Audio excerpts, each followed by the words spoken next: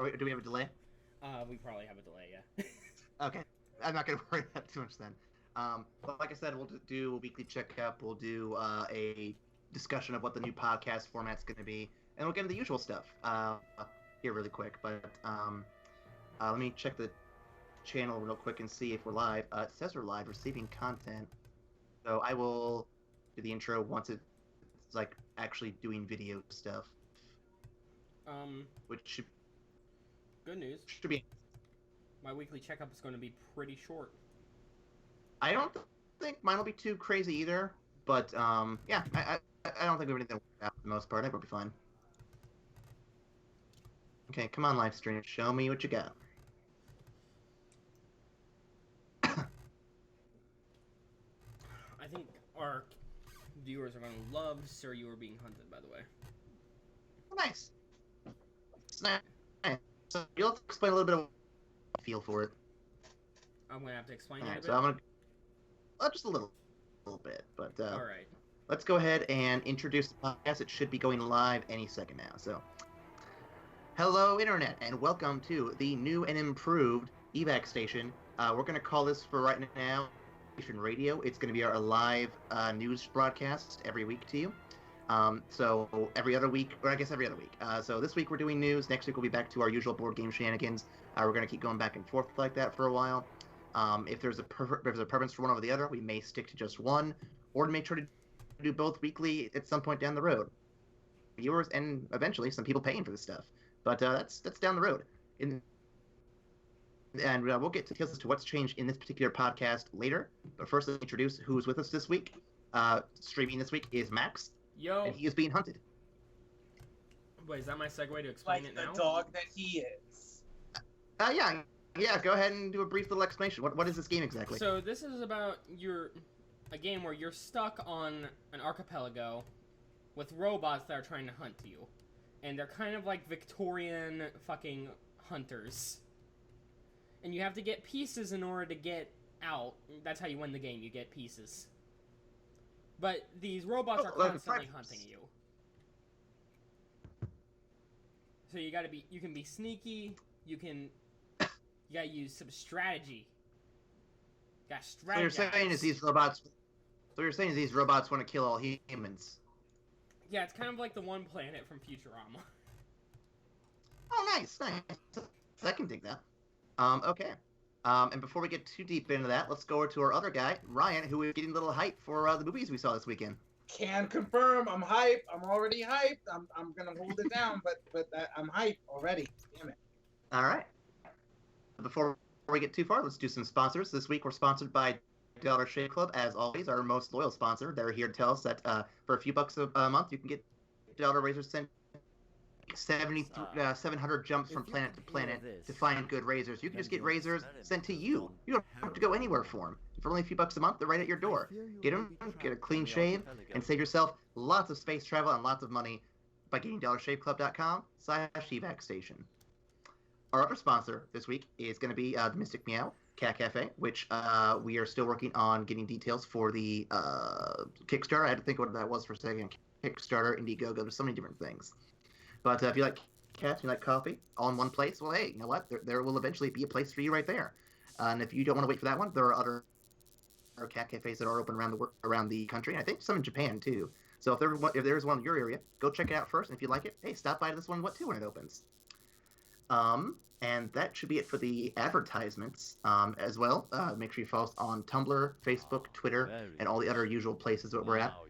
Like, share, and subscribe because that helps us out. And if we hit 100 subs, we will get a Patreon going because we want you guys to show us some love and support because we would love this channel to grow into something even bigger because we have a lot of fun doing this. Right, guys?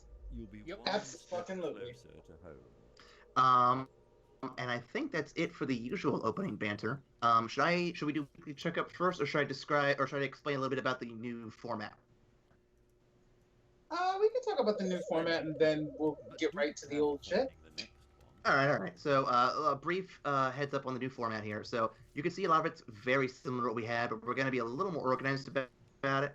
So basically how we're going to do it is we're going to have a lot of times, not this week because we're still getting everything penned out, But going from next week on, we're going to have scheduled segments rotating every other week since we're doing this show every other week.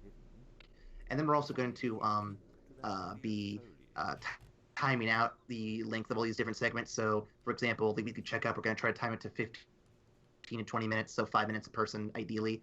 Then we're going to go ahead and expand a whole other segment for like 15 to 20 minutes for just a topic talk, where we pick a topic for the week just to discuss it at length.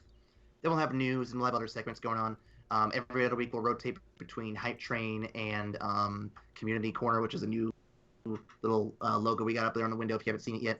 We'll go back and forth between the corporate cockblock and the Is America Great Again segment, which we didn't do for a while, but I like having the good news. I want to put good news out there again when we get a chance to.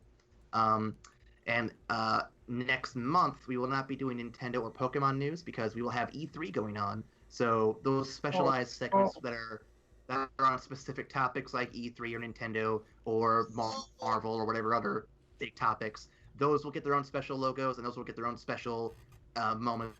So we're at length, but we're not going to get to that right now. That's more details for later.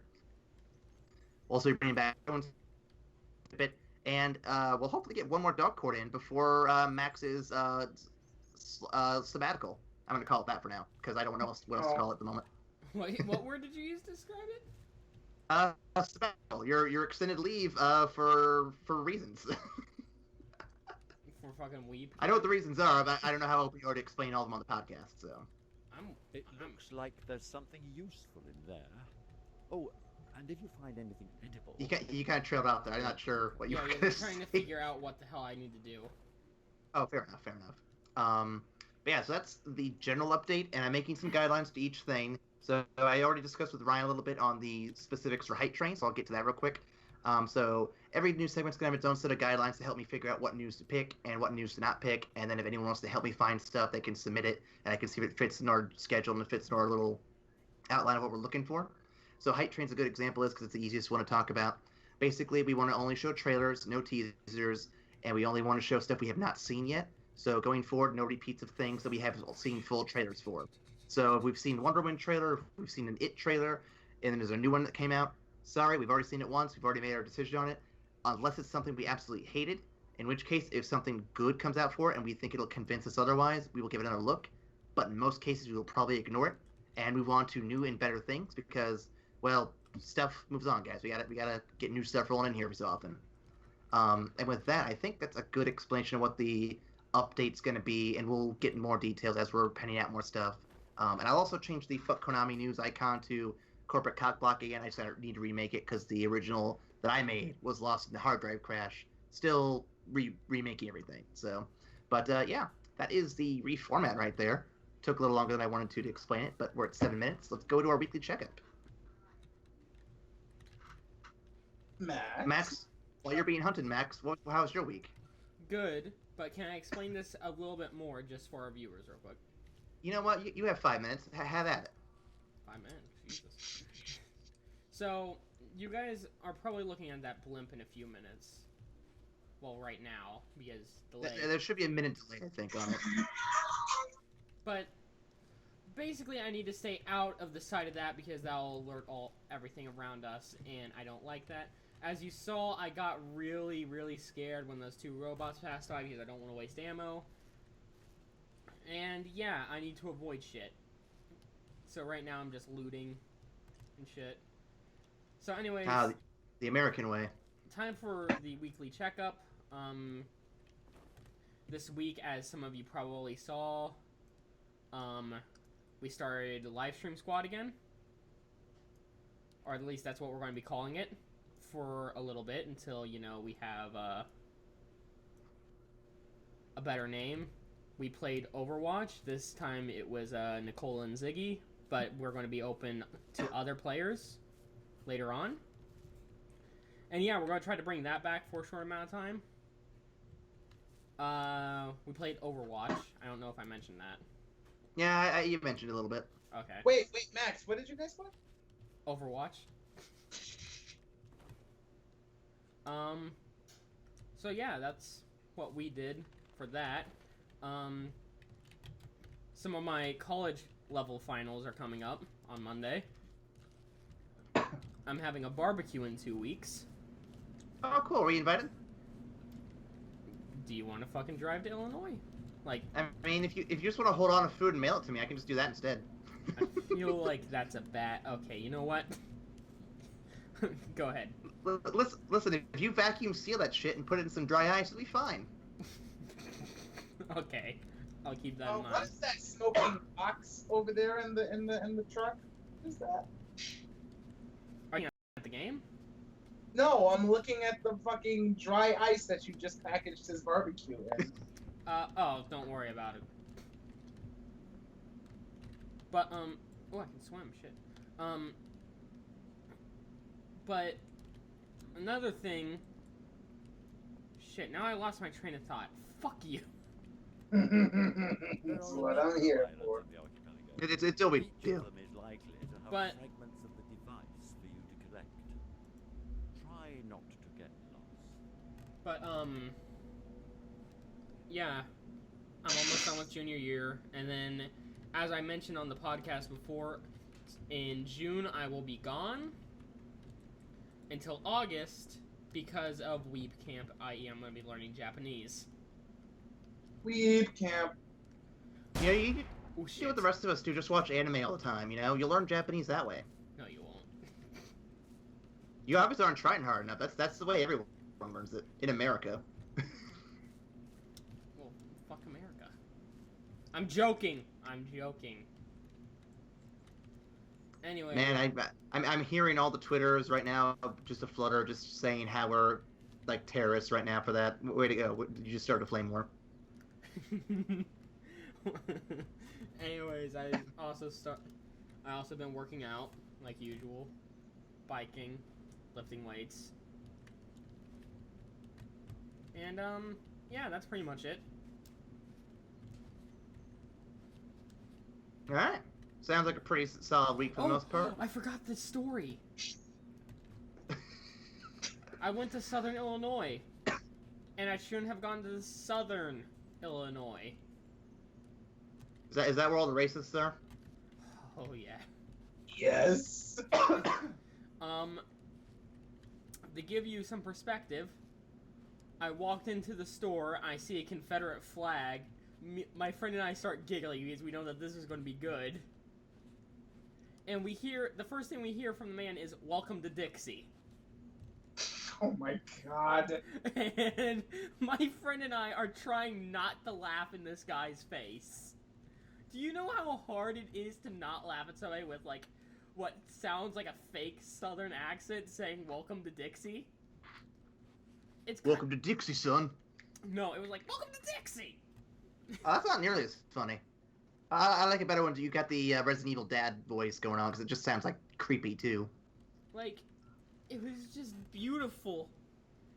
And then, of course, we made some incest jokes because the South. Did it rise again? I wish it did. I'm joking.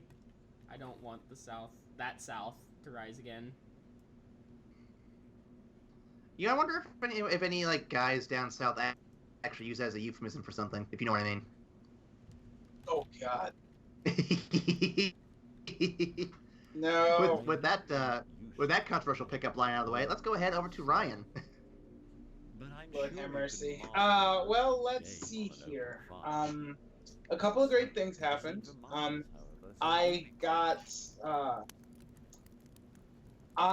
actually got hired by my job this week. Congratulations. Really cool. So I'm no longer a temporary employee, but rather I am a part of that company with benefits and all that good stuff. Does it have good dental? It has good benefits. The only irritating bit is that there is a slight pay decrease. And also the benefits are a little expensive. But Ryan, Lisa needs braces. But dental, Ryan. Does it have good... Ryan, Lisa needs braces. You need that dental plan. Oh, God. No, fuck you.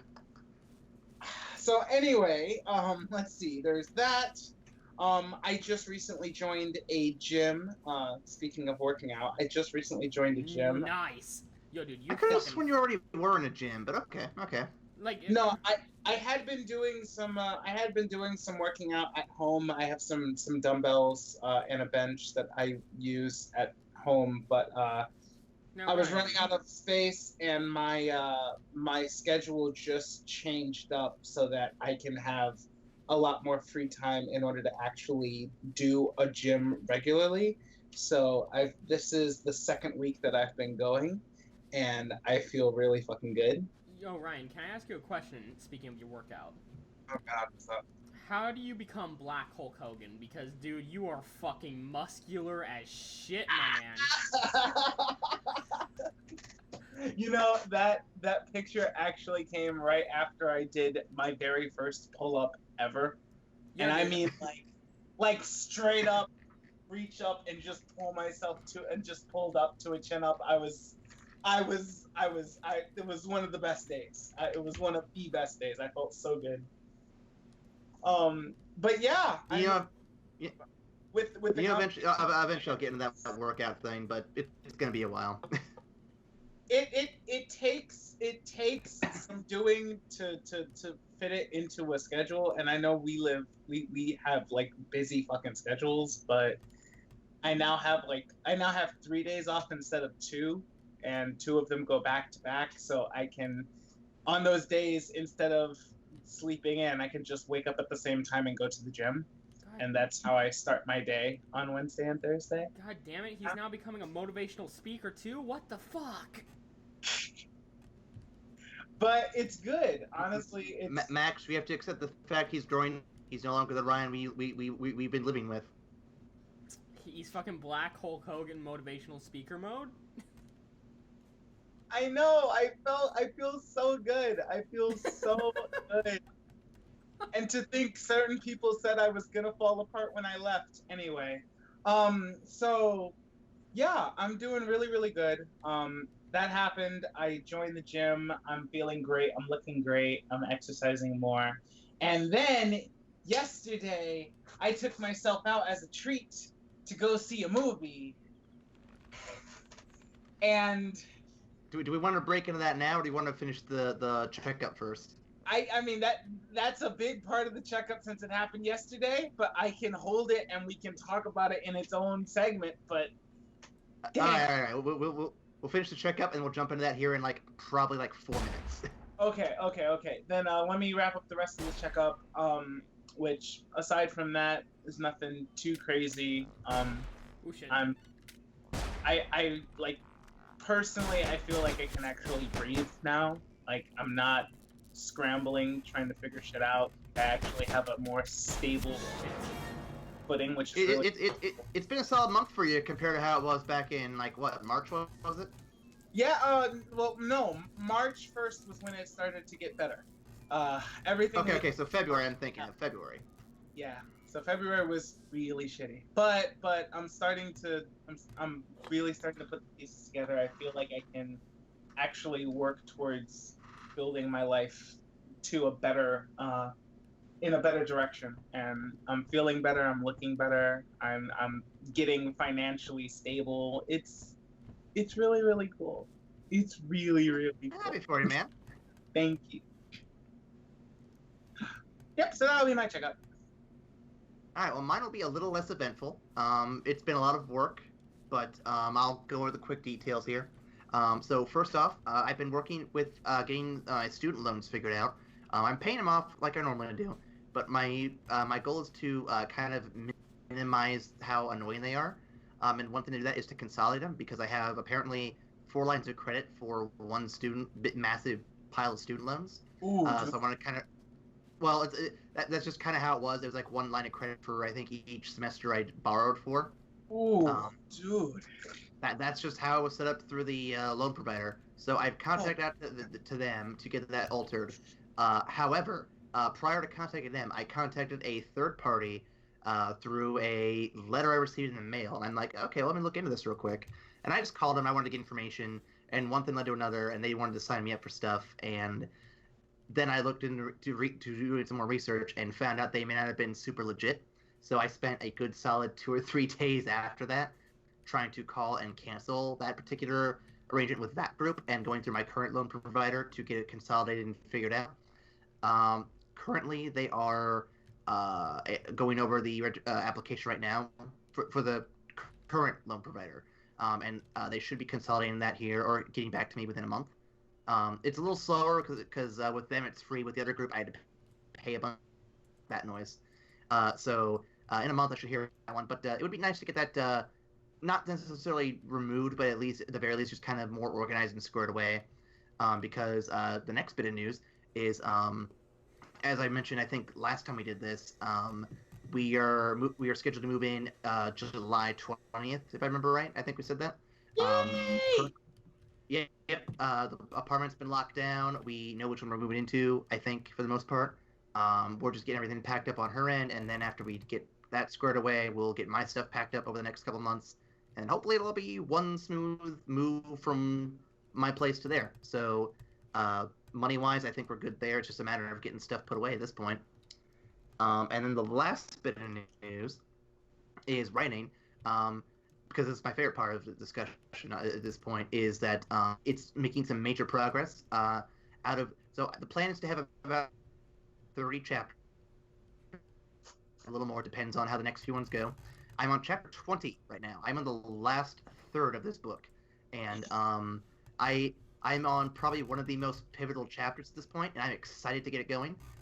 It's probably going to take me a lot longer to write because I'm throwing all the details out the wall. I'm throwing every little bit I have to make it as vivid on the pages as in my head.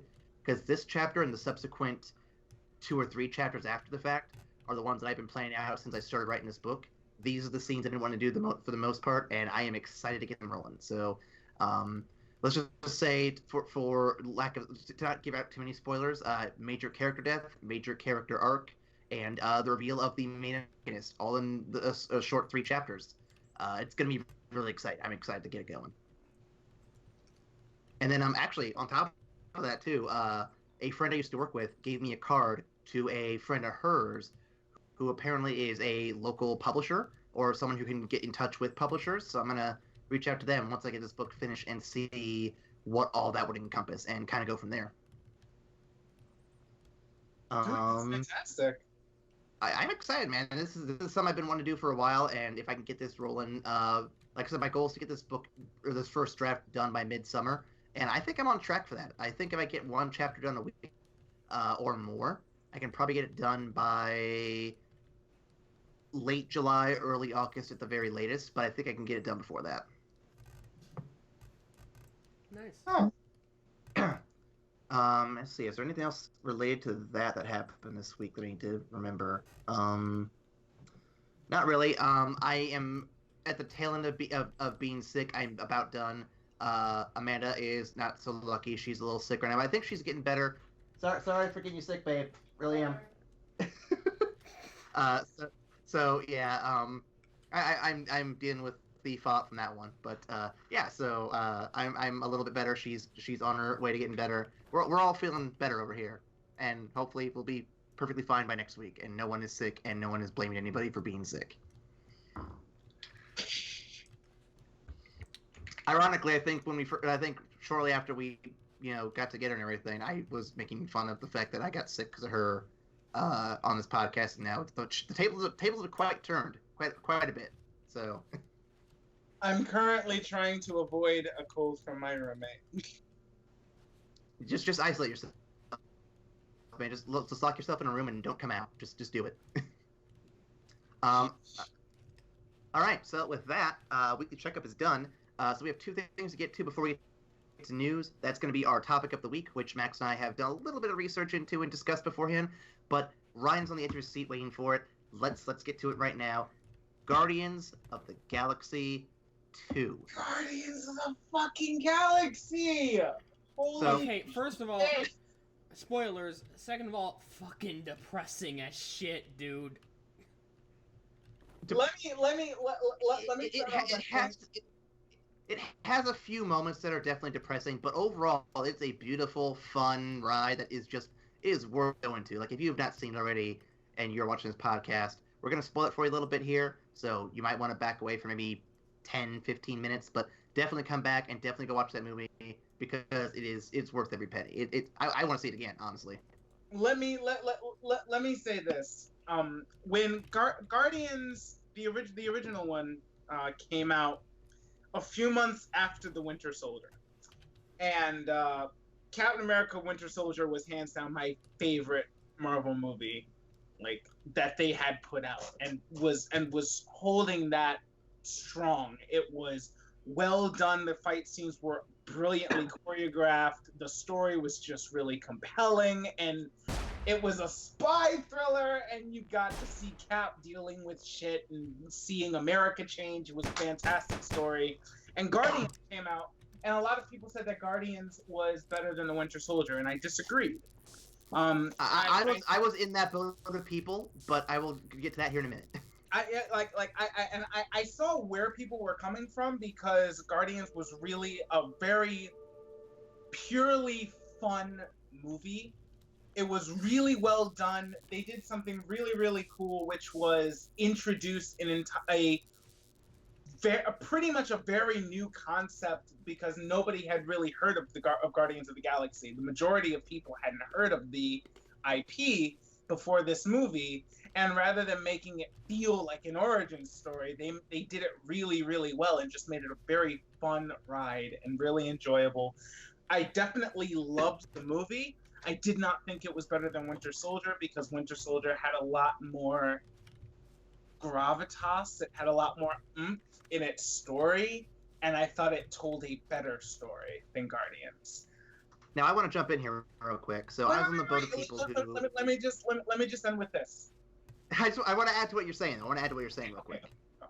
So I want to say I was on the boat of people who was on the side of Guardians was better than Winter Soldier. Now my thought on that is that I respect Winter Soldier as probably the more well crafted of the two films, but I just personally enjoyed what Guardians is offering more, just because I had more fun with it. Like you said, that's just kind of the angle I went with it, and plus it's something so different from what Marvel's already got out there that I just had to accept it for what it was. It was just that good. Yeah, no, no one was saying that Guardians was poorly done. I thought Guardians was a blast from start to finish, and I really, really enjoyed it, but I personally like Winter Soldier better. I can tell you, with all surprise, Guardians of the Galaxy 2 is better than the Winter Soldier. Hands down. It is probably the strongest sequel of the entire Marvel series so far, which is a saying lot. For me, my personal opinion, Guardians is now my favorite Marvel movie. I cannot believe I'm saying that. But Guardians 2 has taken the place of the Winter Soldier for me, because it took what it had, which was pure fun and enjoyment, amped that up by a factor of 3, then added a lot of really powerful emotional content and great storytelling on top of the fun, so that they didn't clash with each other, but they managed to tell an amazing story and give you an amazing roller coaster ride throughout the entire movie. So Ryan, that's one they've done so far. So Ryan, at what point during your reviewing of the movie did you realize that I like this better than Winter Soldier? Like, at what point did it click for you? Like, this is the best Marvel movie they've gotten so far. Shit. It was steadily growing, but I want to say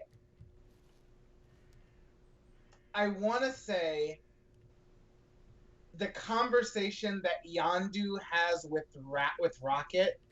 Oh yeah, about the how I am you. Rocket is constantly pushing people away, because as soon as he feels a bare minimum of love, it reminds him of just how big that hole he has inside of him is, and how Yondu's like, I know exactly who you are because you're me.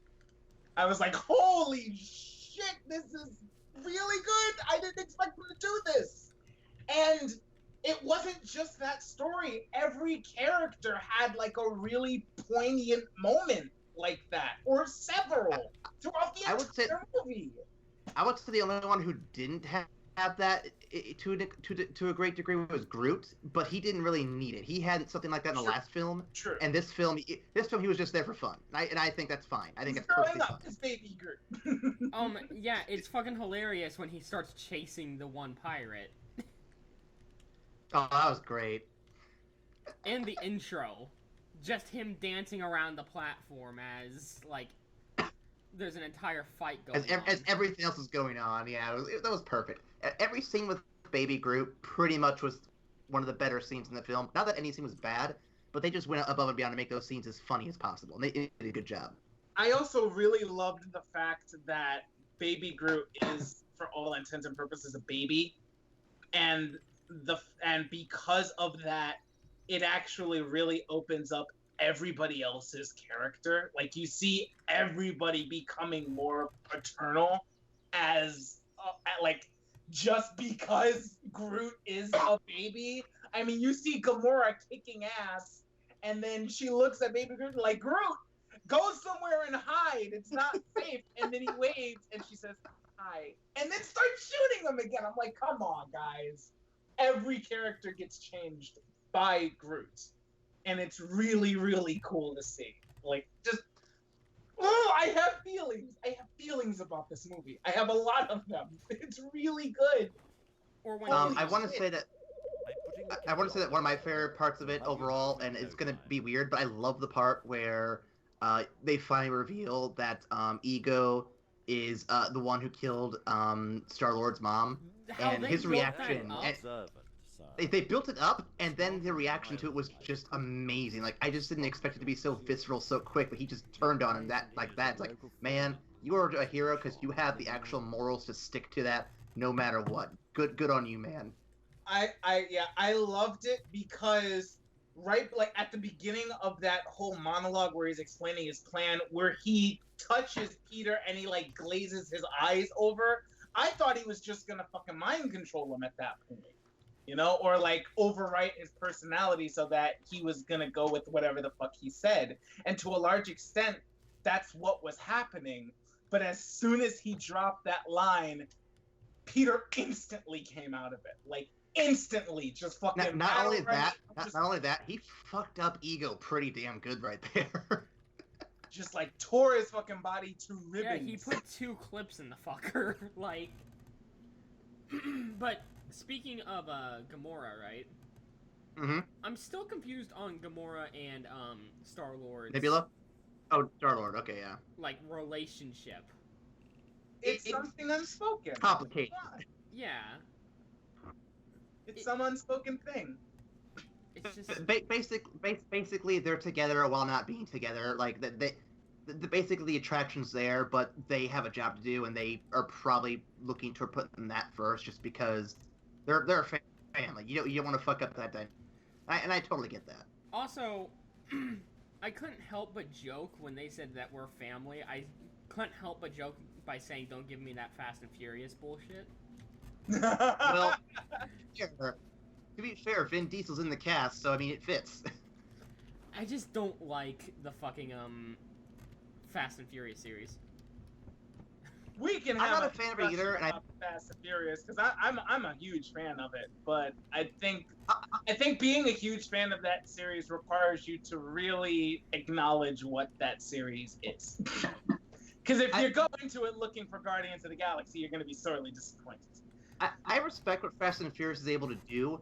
I am just not too into it myself, so that's just me. Yeah, it's just every now and again you just want to see a movie. It's pure, mindless adrenaline, action, fast cars, hot girls. That every now and again. I've never had that feeling, Ryan. Every now and again. It's just now necessary. And I'll bring it back around to Guardians real quick. I want to address one thing real quick. So there are 5, not 1, not 2, 5 scenes during the credits that play. Now, not all of them are important or anything, but there's 1 is important. 2. One's Important, and another one is interesting and a little confusing unless you know the history of the Guardians of the Galaxy. Yep. So who would like to discuss them first? Groot teenager. Let's discuss the not so important one. That's quick one, yeah. I think we're definitely gonna see Teenage Groot in the next movie, which is probably gonna be the Avengers, Infinity War, which I'm excited to see that whole combination and Tony go back and forth on some quips. I think it'd be hilarious.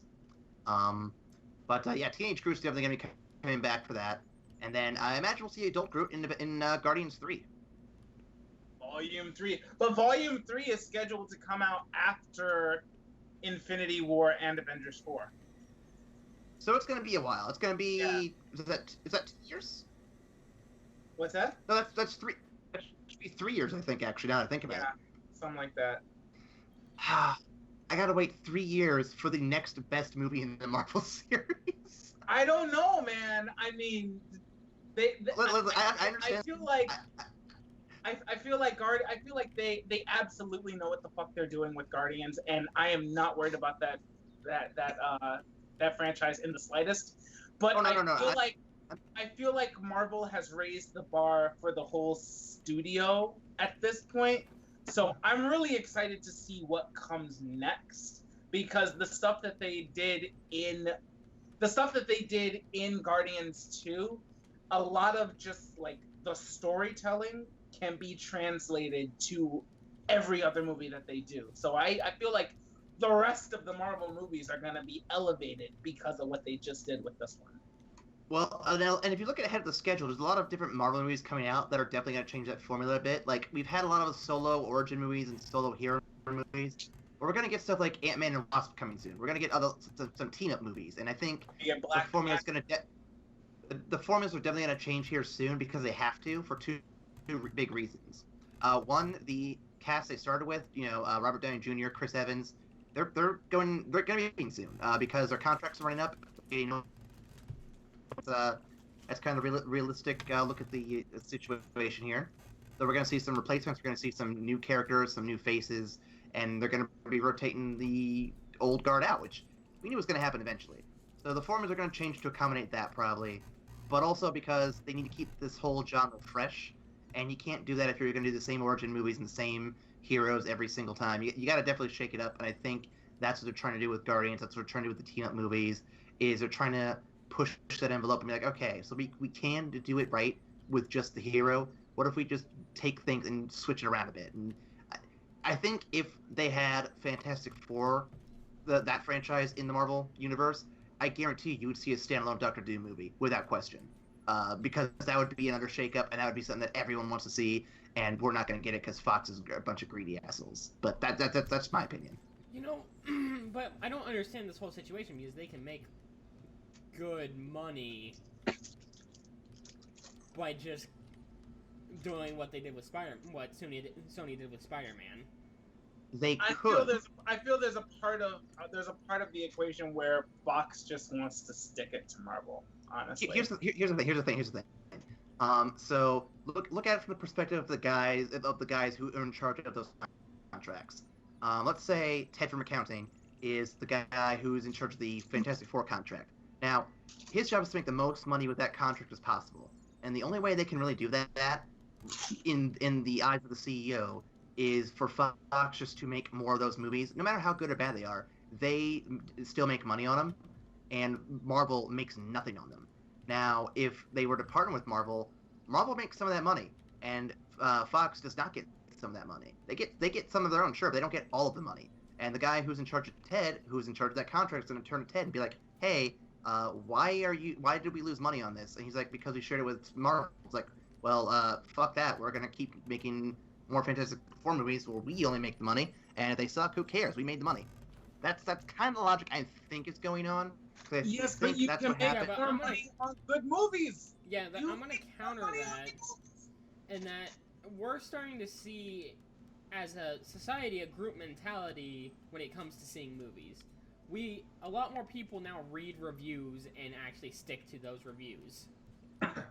So therefore, if they make good movies, they're more likely to make more profit alone, even if it's a shared profit, than what they would do originally.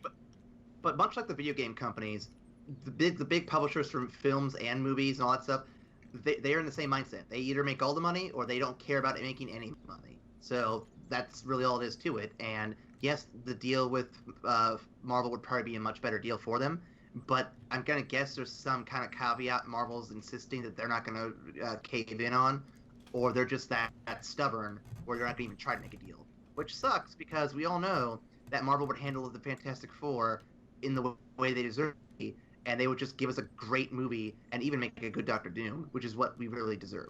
I feel like that condition is rehab for the cocaine that Fox is constantly on. And I feel bad because Fox does get it right sometimes with the X-Men movies. Well, not like- every time, not every time, but they get it right every now and then, and it's Okay. enough that they feel like they're confident enough to keep going. Yeah. Like, I mean, Logan was good. I mean, it was good enough to where some theaters are re-releasing it with a black and white filter. Wait, really? Yeah. Well, And you gotta admit that would be pretty badass to see. Well, on top of that, too, so Fox is making a deal to it's one of the news articles coming up, but I'll mention it now because it's related. Fox is making has greenlit a series for FXX. FXX, yeah, that's what it is, 2 X's. It's a animated adult themed Deadpool series for FXX. I don't know all the details for it, but I do know that Donald Glover, aka the Childish Gambino, is one of the showrunners for it, which is pretty awesome. So I'm excited to see where it goes, but the fact they're greenlighting that and the fact that they're giving that a chance is pretty shocking, considering that they typically don't make any good decisions ever. Well, the other thing, right, that is that have you ever seen Donald Glover's stand-up? I have not, but I've seen him in various shows and movies, and he's one of my favorite characters whenever he's in a show. He's pretty darn good. Yeah, he's a very good actor. He can pretty much... He's done a little bit of improv, I think, with some of his I demanded when they were looking for a new Spider-Man that he plays Miles Morales. I wanted him to do it. I thought that would have been so good. Oh, God, it would have been so good. He would have been the best. You know he would have. Oh, please don't let this just be a fire. Please let this be a fragment. Oh, God damn it, it's just a fire. Anyway, so do we have anything? Oh, I guess we should finish talking about the post-credit stuff, shouldn't we? Actually, so there's one scene, it wasn't post-credits. Actually, it kind of was post-credits. Because actually, yeah. It happened in the middle of the movie, and then they did another run-through of it in the post-credits. Stan Lee's cameo. Okay, Confirm so... some Let's shit. talk about that, please. So on one hand, I feel like it's a little bit forced because I don't know the Stan Lee cameos to me are fun, but I like it better when they're subtle and just kind of in the background. When they push him to the front like that, it pulls down the movie a little bit. Not enough to make me hate it by any means, but just enough where it's like, they trying a little hard there. They're trying a little too hard. Well, like... This is I'm not done. I was gonna say, this is the only one though that I've seen where they bring him up forward a bit more, where actually like, okay, this makes sense if they're trying to make him a watcher, because that would actually be really interesting. Yeah, it doesn't really make sense to me unless Stan Lee is actually going to be a character that contributes to the story. Other than that, there was plenty of other ways for them to do it. And I felt like that Stan Lee cameo had way too much meaning to the story in comparison to other... Not directly to this one, but it will directly play into the Infinity Gauntlet if they continue to have Watcher be significant to the story like he was in the comics. Wait, so let me get this straight. Did you guys not like the cameo? I didn't completely... I wouldn't say I disliked it, but I want it to actually be meaning something down the road and not just be a little joke. Like if it's just a joke, then it's like, okay, well it's kind of dumb. But if it actually means something in the future film, like if he's actually a watcher, if the watchers actually become useful or like relevant, then I'm down for it. I mean, you don't just drop the watchers in the middle of the fucking movie and just be like, oh no, that's it. That's all it is. I mean, the watchers are so important. I know that. I'm just waiting for him to actually do it, though. I'm waiting for him to actually do something with it before I decide whether or not I like this one. So Guardians has been the premier look at the cinema, at the cosmic scope of the Marvel Cinematic Universe. It like Guardians has always been the front runner for that particular like vast majority of the story, and I feel like Guardians did an amazing job of showcasing more of the cosmic stuff and just how vast the universe is. And them throwing in the fucking Watchers for like a hot second, it's definitely not just a cameo. You know, I mean, the Watchers are too important to just use as a cameo. So, No, Yeah, I but get let me- that. But I get that. It's one of those things. Ryan, let me ask It's you one, this. it's one of those things where it's like I see it, but I want to see him push forward with it more. Ryan, let me ask you this though. Why did they choose Stan Lee, who, in the past, his cameos didn't really mean much besides just as a joke, unless Stan Lee is going to actually become semi-relevant to the story. That's what I don't like about it, is because we don't necessarily know that Stan Lee is going to become important to the storyline. Therefore, what was the point in using his cameo for something that would move the storyline forward? but it ties all of his cameos together. It says that yes, they were there, like yes, he was there, and there were lots of funny moments, but he has a cameo in every movie because he's literally there watching all of the events for the Watchers. Their whole place is not to observe, is not to interfere, merely to observe. So to have Stan Lee just constantly popping in and be like, "Oh hey, I'm here too, just watching things unfold," and then throw in a little scene of him telling these stories to the Watchers. Yes, it gives those cameos more importance. It doesn't necessarily mean that he's gonna step in and influence events, because the Watchers don't do that. But it was just a really cool way to tie together all of his cameos. So I thought it was really well done. And they don't have to change anything that they've done with him thus far, or what they're gonna do with him in the future. It just he's always there because he's watching for the Watchers. There you go. Hopefully he's around long enough to make it to the end of Avengers 4. That's all I say. Because let's be real. Let's be real. He's getting old in his years, and he's been showing up to less conventions. I know his health isn't probably not the greatest, so I'm really hoping he can make it to Avengers 4 and just make it to that milestone, and I'll be good. I'll be happy.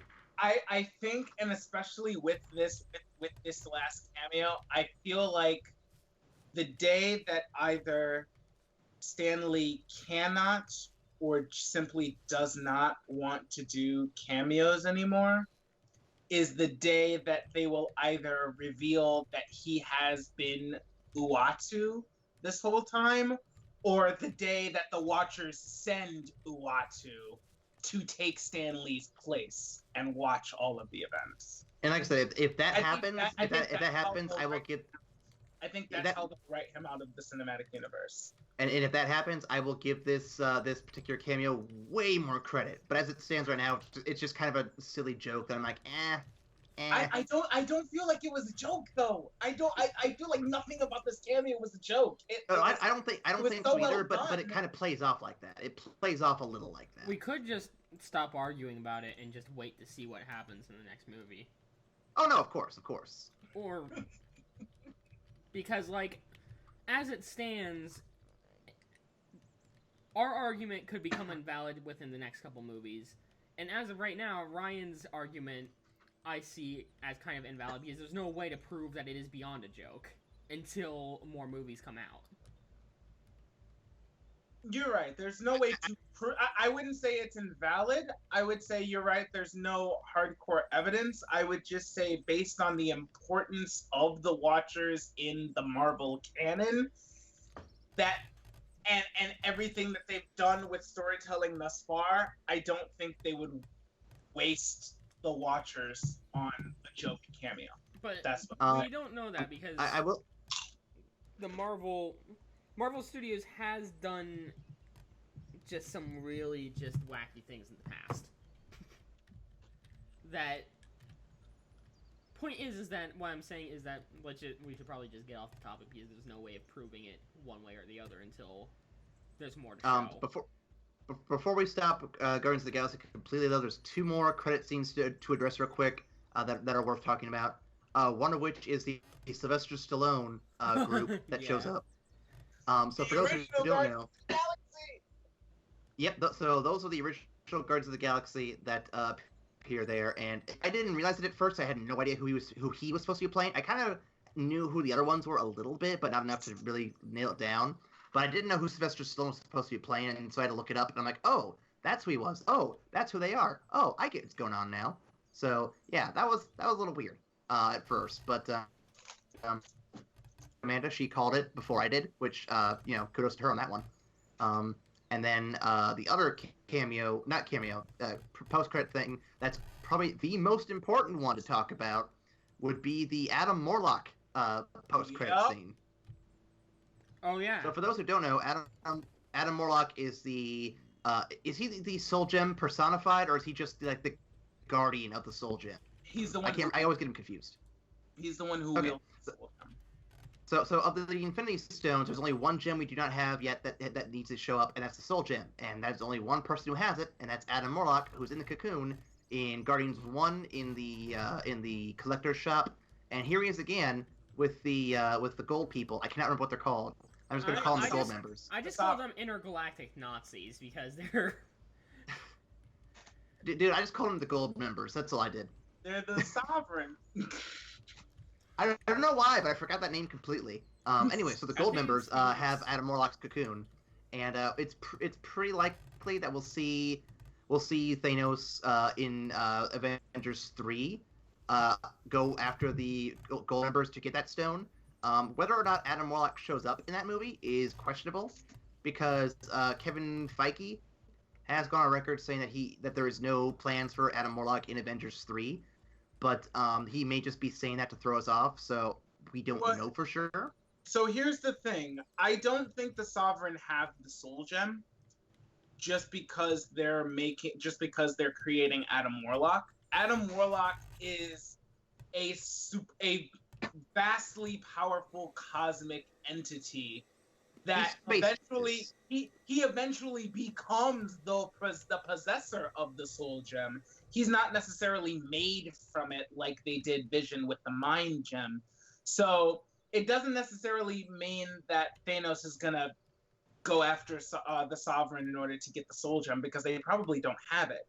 But what they're doing is they're making somebody who's going to be powerful enough to wield it. So I guess my follow-up question so then... that he can kill the Guardians of the Galaxy, which will be fun. So my question for you then to follow that up is, where do you think the Soul Gem is? I've read a theory, and I want to hear your thoughts before I say what the theory is.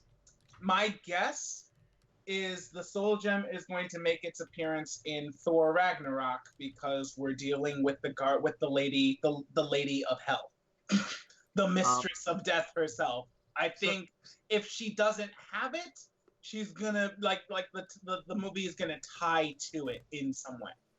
So here's the theory that I found, and I don't agree with it completely, but it does have some evidence that kind of works. So as you know, all the other locations of the or the objects of the Infinity Stones, if you take the first letter, they almost spell out the name Thanos. There's only one letter missing, and that's H. And there's been a theory going around as to where it is based on that letter. And the theory I was reading was about how Heimdall is the guy who possesses the Soul Gem. They say it's in his armor. They say that his ability to see the souls all across the universe is tied to that gem. And they say his unique abilities are tied to that gem.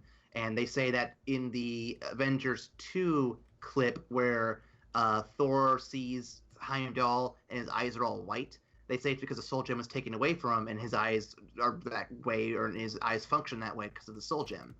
Now, this is just a theory, and there's very loose evidence to support it, but I am interested to see if this plays out, because I would like to see if that actually is the case. That's really interesting. That is a very interesting theory. I'm sitting here trying to think of all of the names of the objects of the Infinity Stones that we've come across. So there's the Tesseract. There is the Aether. There is the Nexus. There is the... What was the O? I gotta look it up now. I don't remember. all, do you guys want to hear my theory? I feel like Thanos owned it, right? And then it's kind of like a remote thing where he sat on it, and then he just can't figure out that he's sitting on it. Oh, wow.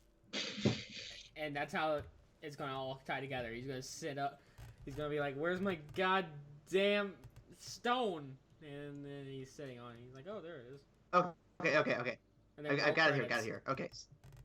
So, T for Tesseract, A for Aether, N for Nexus, which was in Doctor Strange, O for Orb, which was Guardians of the Galaxy 1, and S for Scepter, which was the Mind Gem. And then the theory also... I'm sorry, pause. The Nexus was not in Doctor Strange. Oh, shit. Which one was it then? Because you're talking about the Time Gem. That's the Eye of Agamotto. Shit, let's get Dog Court up in here. I know it said Nexus in the one theory I read, but this one here saying Necklace for the Time Gem. But yeah, the Time Gem is within the Eye of Agamotto, which is a necklace, sure, but... I wish I could find the one I saw earlier that actually was better worded than this one. This article's terrible. So I can find yeah, no, I'm sorry. The Time Gem is the Eye of Agamotto. I know that shit for a fact. A for anal beads. That's where one of the stones is. That's the one that Thanos has. Okay. So the other theory, the one I saw said Nexus. Everything else says Necklace. So either I read it wrong or the guy wrote it wrong or something. But so yeah, Tesseract, Aether, Necklace, Orb, Scepter. So H is either Heimdall or Hell or even something else entirely, and I'm looking forward to seeing what that could possibly be. Yeah. I mean, I really like the idea that Heimdall's been rocking it this entire fucking time. That would be really, really cool. But I have a strong feeling, regardless, we're going to see the Soul Gem pop up in Ragnarok. Oh, yeah, probably. I don't think Heimdall would have it. He has, you'd think he would mention that by now. Why would you don't draw attention to the fact that you have a fucking Infinity Stone. And what makes it even more hilarious is it kind of fits in the comics a little bit, because in the comics, the one character who has held every Infinity Stone but never at the same time is Loki, and so this is like the third Infinity Stone he's had within his reach that he has, but never has had them all and never has been able to do anything really that amazing with them. You have to admit that's pretty damn hilarious. Yeah, that is pretty funny. Okay. We've been on Guardians of the Galaxy for an extra 20 minutes more than I thought we were going to be. We should probably roll into the news at some point. Sorry. No, it's cool. I figured we would be on it a lot longer than I expected, but I didn't expect this much. In conclusion, it's good. Go fucking see it again. I saw it twice. You saw it twice, you motherfucker? I want to see it a second time. Yeah, I saw it with my friends, and I saw it with my stepdad. Nice. But yeah, definitely gonna be checking it out. Looking forward to Spider-Man and Thor and hopefully Wonder Woman if it's good. Fingers crossed. So moving on to the movie news, let's talk about movies that are unfortunately the exact opposite of Guardians of the Galaxy. Dead and never coming back. According to Ridley Scott, Neil Blomkamp's Alien 5 is not gonna happen. Oh, fuck. To quote, "There was never a screenplay, just an idea that evolved into a pitch of 10 pages. I was always just a producer, but it didn't go any further because Fox decided that it didn't want to." So yeah, it looks like we're getting Aliens Covenant, and Aliens 5 isn't gonna happen. Ooh. Hiss. To add to it too, I've been reading reviews for Alien Covenant. They have not been very good. Okay. Damn. I want to point something out, right? Yeah. And I swear that I don't mean this, homophobically. I just mean this on a very logical and biological standpoint.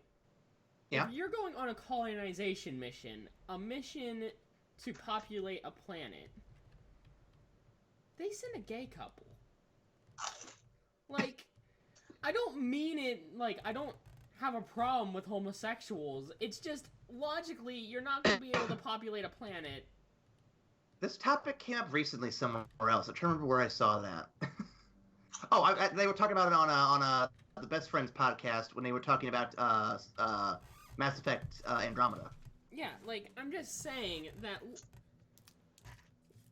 those guys in the application process would be the last guys to be on a colonization mission. Unfortunately, you're not wrong. They probably would be overlooked. But no, the main reason the reviews have been saying bad stuff about Covenant is mostly because the movie really focuses more on the shock horror and doesn't really deliver anything really deep or meaningful like the first two films mostly did. And it kind of sucks that that's sort of a letdown there. But we'll wait and see. Maybe more reviews will come out and it'll sound better. Hopefully. Probably not. I was telling my friend Chase when we were in the movie theater, I'm like, this is a lot of 70s nostalgia coming out this year with Star Wars and Aliens. Well, Star Wars did that. Star Wars did that a couple of years ago, and wasn't like Terminator and something else also coming out that same year? Yeah. Oh, Ghostbusters. No, it was last year. There's a few things they've been doing a lot of nostalgia for the past couple of years. Actually, it's a big thing. Anyway, speaking of things that are dead, guys, let's talk about zombies, specifically DayZ. According to the developer Bohemia Interactive, DayZ will be coming into beta this year. About fucking time, Jesus. Nearly 4 years of early access, it's finally entering into beta. I haven't even touched the game since early access because it was kind of a buggy piece of shit. It's definitely not a game I was able to hold on to very long. It just kind of lost me after maybe a month or two. But yeah, no, I get it.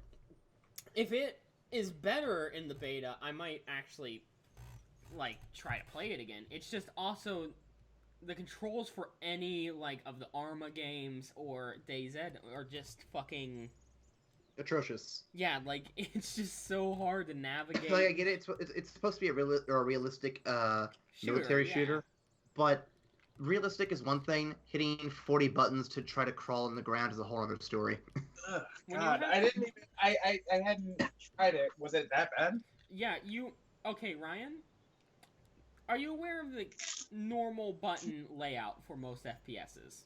WASD for movement, R for reloading, right click for aiming, left click for shooting, and then E to interact. E to interact, and C and shift for crouching and crawling. So it's a very simple layout. You don't need to know everything. But with Arma, its main goal is to be very realistic, so only a few, like, 1 or 2 shots will actually down somebody. Well, it also has, like, zoom buttons, and you have to know how to work a fucking compass, and how to work a map. There was one time I was playing, it got really annoying for me. We were on top of a lighthouse, just kind of overlooking the area. I was, like, crouching down, and then my character went into a crawl. I'm like, okay, no big deal. Let's crawl around the side here. And because my character is a rigid piece of shit who does not bend his body to match the area he's in, he's crawling along a curved path, and because his body will not curve with it, his legs break. Well, like, and the other thing, right, is that when you drive cars, for instance, right, there's different hotkeys for each and every vehicle type. So if you get into, like, a normal automobile, there's going to be different buttons for when you get into a tank. Well, that makes sense, because there's like 6 pedals and only 4 directions, so you have to have all those different buttons. Yeah, but, like, for instance, like, the button, and some of the buttons just don't make sense. Like, you want to zoom in? Press fucking T. And, like... but stop that. It's just a lot of speaking of things that are no longer dead, though, Hellboy Reboot. It's in the works, guys, according to the creator of Hellboy. Oh. I'll be sad to not see Ron Perlman, but I'm definitely sad to see it get picked up because, I mean, I really like the source material, but god damn it, I'm never gonna not be sad that Guillermo del Toro isn't doing it anymore. Yeah. I'm gonna not be sad about that because the Hellboy 2 was one of the best things I've ever seen. I've actually never seen Hellboy 2. I've only seen Hellboy 1. Oh my god, it was like 5 times better than Hellboy 1. I should probably watch it. You should. It's so good. Like, well, Ryan. Sorry. So Ryan, this might make you feel a little bit better. So yes, Del Toro and Ron Perlman will not be returning. In their place, we have Neil Marshall and David Harbour of Game of Thrones and Stranger Things for the directing and writing of the film. So hopefully we'll get some good hands on it to make this work out. Well, it Because sounds... those are some pretty good projects they got there. Well, those are some competent people. I'll give them that. So yeah, looking forward to seeing how that goes. It's a bummer we won't get Hellboy 3 with the proper peep, but I think a reboot, an R-rated reboot, is definitely the way to go. Well, the other thing, right, is that it's been so many years since the last Hellboy that, like, it really wouldn't be that big of an issue. And I don't think, no offense to the fans of Hellboy, but I don't think it was ever as popular as we wanted it to be to make a 10, 20 year sequel later down the road like Star Wars could. It's definitely not in that same tier of film. So I imagine they need to reboot it to try to. Yeah. Very true. Also, like, for instance, statistically speaking, there are a lot more fans for Marvel Studios that are now teenagers who probably cannot even remember Hellboy coming out. So Their parents have it in their DVD collection. They can just go rummage around there and get it. Stop being lazy, you shits. Go get those DVDs. At least Hellboy 1 is on Netflix. I don't know about the rest of... I don't think Hellboy 2 is on there. I don't think. But... Anyway, so speaking of Hellboy and not getting your money back for not getting the third movie, Steam Refunds, guys, are a thing. And not only are they a thing, there's actually some statistics out for them right now. According to a report from GameIndustry.biz, Steam refund requests are now up to 49,199 per day, compared to the 16,500 requests for all other issues. 50,000 returns every single day. That's ridiculous. 50,000 returns on Steam? Every day. I would imagine a lot of that has to do with the early access games. People buy a game and play it for a couple hours and realize they don't want it, so they return it before the 2-hour mark hits, and they get their money back. But that's still quite a bit. That's a lot. As somebody who has a lot of experience in dealing with refunds, that's fucking excessive. I would love to see the statistics as to what games are being returned most. Like, I don't need to know the individual games, but like maybe the genre, or maybe the early access versus full game, or maybe even the price markets. Like, are they full price games that are being returned? Are they cheaper games? What's being returned here? I'm kind of curious. Well, it's not. Well, it's going to be shorter games for sure. Because, like, for instance, right? What's up? They're going to be like shorter games that they're returning, because like Nier Automata is like several hours long. So like you can return a game though. You can turn any game up to 2 hours though. You don't have to play all that much through. It's just that, you know, after 2 hours you're like, oh, I don't feel like playing this anymore. You know, I imagine it's a mix of games, but I think you're probably right. Shorter games are probably getting the short end of the stick, unfortunately. Well, because I wouldn't buy, like, Persona 5, which has taken me, like, 160 hours of my life. I wouldn't do that because it's just so time-consuming that I wouldn't be able to enjoy the game. Speaking of Persona 5, actually, we had a long talk after the... I think I told you guys last week the PlayStation crashed, right? Yeah. So, I don't think I mentioned it on the last news podcast. My PlayStation did crash instead, again. So, we had a long talk after the fact, and I think the consensus here is instead of getting a new PS3 and doing all that stuff, we're probably going to upgrade to a PS4 sooner than expected. But it probably won't be in the next month. It'll probably be a month or two down the road. Just depends on the money and everything. I'm mostly waiting until all the moving's done. Once the moving's done, then we'll figure out what's going on. But yeah, I'll be getting that soon-ish, and then hey, Bloodborne, Persona, Neo. I'll be there. Honestly, it's the smarter play. Yeah, I'm I'm gonna miss that though. I'm gonna miss having the PS3. I might get an older, cheap one down the road for a couple of the PS3 games I play on the PS4. But aside from that, I probably won't worry about it for a while. If you're getting rid of some PS3 games, A, hit me up first, and B, maybe we can give away a game to get some more people in. Oh yeah, that'd be cool. But you know what? I actually have some games right here that I can talk to you about real quick. So Max, would you be interested in any of the following games? And that goes to fans out there who may want to do a giveaway. I've got Resident Evil 6. I've got Persona 4 Arena. I've got Red Dead Redemption, the original. I've got Batman Arkham City and Arkham Asylum included. Killer is Dead, which is a fantastic game, by the way. Ninja Gaiden Sigma, Blaze Blue Calamity, Burnout Paradise, which is also pretty fun. Dead Rising 2, and of course, the original Bayonetta.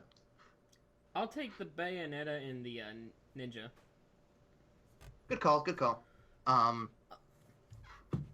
Yeah, so the reason I'm getting rid of these particular games and not all my PS3 games is because these are the ones that either A, I can get on my PC, or B, I don't ever plan on playing them ever again for various reasons. But basically, yeah, these are the ones I'm okay partying with for that. Well, so yeah. How about this? Actually, I need to add Vanquish to that now, because according to what I've been reading, Vanquish will be coming out to PC in just a few weeks. What I also think that what we can do is one stream, like Stream Squad, we can do, I can just play Red Dead Redemption, and we can give away the Red Dead Redemption copy. That'd be a pretty good idea. We should definitely do that. So, especially with Red Dead yeah. Redemption 2 coming out. In what, this year? Is it coming out this year? All right, so I think Red Dead Redemption 2 is either late this year or early next year. I don't remember which. Here, I'm gonna look it up while you talk. Yep. So next article here. So speaking of giving away games, let's talk about people stealing games. Here we have an article about a couple who met online, had sex, and then the guy stole her gaming collection, and according to the deputies. Let's read the article here. One of my favorite Twitter accounts is which proves that reality is stranger than fiction. I usually tune in to hear the meth heads, people with pet alligators, incest, and fashion advice. But this week, I beat him to the scoop. This week, a sentient bag of dog vomit hooked up with a lady and came back to her house in a mask and robbed her of all her video games at gunpoint, at least according to police. He denied the alleged crime, also told police that that she was his quote-unquote side girlfriend, and got her name completely wrong. It gets better. He committed the robbery while his 3-year-old child watched in the car. Before fleeing the scene, he also pistol whipped a 68-year-old man. Dad of the year right there. Christ! Who the fuck is this asshole? Let me read more. The victim said she had sex with the dude, 23. Then around 1 a.m. Monday, he returned to the home on Silver Lane in Ocala, armed with a gun and wearing a bandana over his face. An hour later, the arrest report said, Kareem, I'm assuming the guy with the gun, forced the woman inside at gunpoint and took a Wii and PlayStation from the front room, deputy said. He then forced her to unplug a white Xbox from the living room, according to the report. It's this kind of stuff that makes you wonder, was she hawking the controller? They could have been bumping uglies in carts.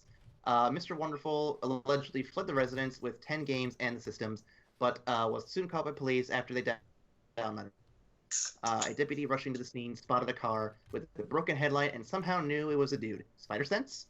At the time of writing, according to this article on Destructoid.com, we're unsure what happened to her save file, or if she lost any rare drops, or if she's related to the Florida woman who agreed to pay sex for $25, or who agreed to sex for $25 and McNuggets. Also, I want to point out that it would have been a lot better if they used his gamer tag instead of his actual name. Oh, did you find his gamer tag? I mean, I didn't find it, but it would have been hilarious. Oh, okay. It would have been hilarious if they did use his gamer tag instead of his actual name. But I wanted to bring this article up because I thought it was a pretty gross retelling of how some people out there are, but it fits really well into the headline of the night. So let me get to that real quick before you get to anything else. So guys, when I go to GameStop to get a used game, I don't think to myself I'm going to get any bonus add-ons or anything like that. I figure I'm just going to get a game, play it, and have fun. Sometimes, though, like when you open a cereal box, you'll find a special prize inside. And one child found a bag of meth in his used Grand Theft Auto 5. Yeah, meth. No fucking way. An 11-year-old in Florida got a surprise from GameStop with his used copy of Grand Theft Auto 5, a bag of meth. According to a Facebook post, the boy brought the poster, who then called the police. Today I took my son to GameStop in Tallahassee to trade in games and get some new ones. That's the problem. He did it in Tallahassee. Oh, yeah. When he opened the booklet inside one of the pre-owned games, my 11-year-old son, found this, a baggie of fucking meth. Clearly, the game was not properly checked when it was traded in, and because of the carelessness, I could have lost a child. Thankfully, he brought it right to us and said, "What is this?" I obtained filed with the Gadsden County Sheriff Office that confirmed that the little baggie tested positive for 6 grams of methamphetamine. The drug posed an obvious risk to the 11-year-old as well as his 3-year-old sister. McAllister said GameStop called to offer a replacement game, which he refused, more upset that a GameStop accidentally gave an 11-year-old meth for the second time in less than a year. Wait. Wait, there's a second time? What the fuck? I'm sorry. So I lost it when GameStop called and offered to replace the fucking game. Well, you know what's even You better? mean to tell me that this has happened a second time? What if? So I'm reading this article now. This article comes from the KPLC News, and this was from when was this? I don't even see a date on here anywhere. Is this copyright 2016? So this is last year. So here's the article for the other incident that I didn't know about. Oh Meth my. found in... This is breaking news, by the way, because nobody knew that there was a second incident. This is the plot twist. Meth found inside video game case in Lake Charles. When another 11-year-old purchased a game from GameStop Wednesday afternoon, he opened the case to find a baggie of drugs. The game was purchased from GameStop location on Nelson Road in Lake Charles. According to the boy's father, there was a baggie inside. He returned the game to the store and called Lake Charles police. Detective Rebecca Reed with the, I cannot pronounce that county, sheriff office, confirmed the substance was in fact meth. Dustin Veros, the manager on duty, told KPLC that if the game was shipped from another store, it was not checked before being sold again. GameStop's director of public relations, Jillian Maureen, confirmed this, saying all games that are returned or traded by customers are opened and checked for quality before being placed back on the store shelves. Maureen said games from other stores and locations are also checked before sending them to another. Any games traded in with us are checked for quality, said Maureen. Then could be shipped to out of his asshole right now. There is just lies spewing out of his ass right now. However, once received by another location, games are not checked again. When drugs are placed in the disc between the quality inspections and being placed back in inventory, Maureen said he could not comment. Reed said GameStop told police there was no way to track where this, which is damn, GameStop sucks ass. I feel like there's actually like a guy at the GameStop center who's just sticking meth in the game cases. I feel like there's an illegal underground drug trade going on through GameStop and GTA. Like I think That just might be a thing. Like honestly, that just might be a thing in Tallahassee, where dude, it's fucking some Florida. part-timer has decided that's how he's gonna fucking move his products. Man, that article actually got more mileage than I thought I was going to get. Damn, I'm impressed with that. Well, meth might be the way that certain developers are trying to improve their sales. Speaking of sales, let's move on to the sales reports for both the PlayStation 4 and the Nintendo Switch. Yeah, let's do it. So according to Sony, as of let's see, where's the as of date here? Let's see. Sony's latest sales numbers for the PlayStation 4 brings the console up to 60 million units shipped worldwide by the company announced today, the date being April 28th. The figure of 60 million represents the PS4 shipments to retailers, not sales to customers. From the console's launch in November 2013 through March of 2017, the end of Sony's 2016 fiscal year, That includes 2.9 million PS4 shipped during the fourth fiscal quarter, up 26% from the year, same period a year before. The fourth quarter tally makes a total of 20 million PS4s shipped during the 2016 fiscal year, which is exactly on target for Sony's forecast for 2016. So yeah. In related news, I believe it was the PS3 that it. Yeah, here it is. Ever close to the PS3, which is a lifetime global shipment goal, a number of 80 million.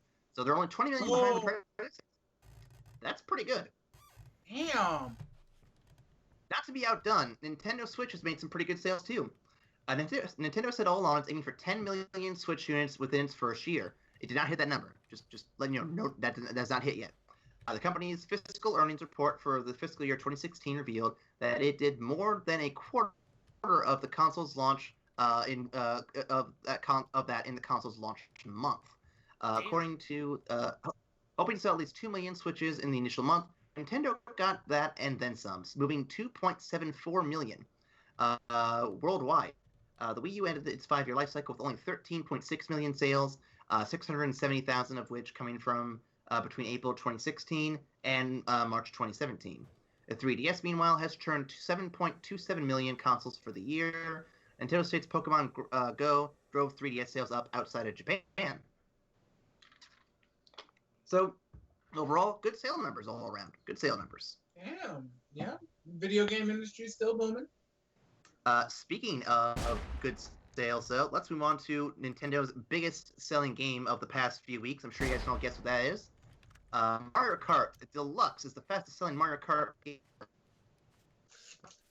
And Mario Kart 8 Deluxe had the strongest start of any Mario game ever. In a press release, Nintendo calls it the fastest selling game in the franchise. 1,000 day one sales in the U.S. handily beat Mario Kart Wii, which was only at 433,000 from 2008. Now, you have to.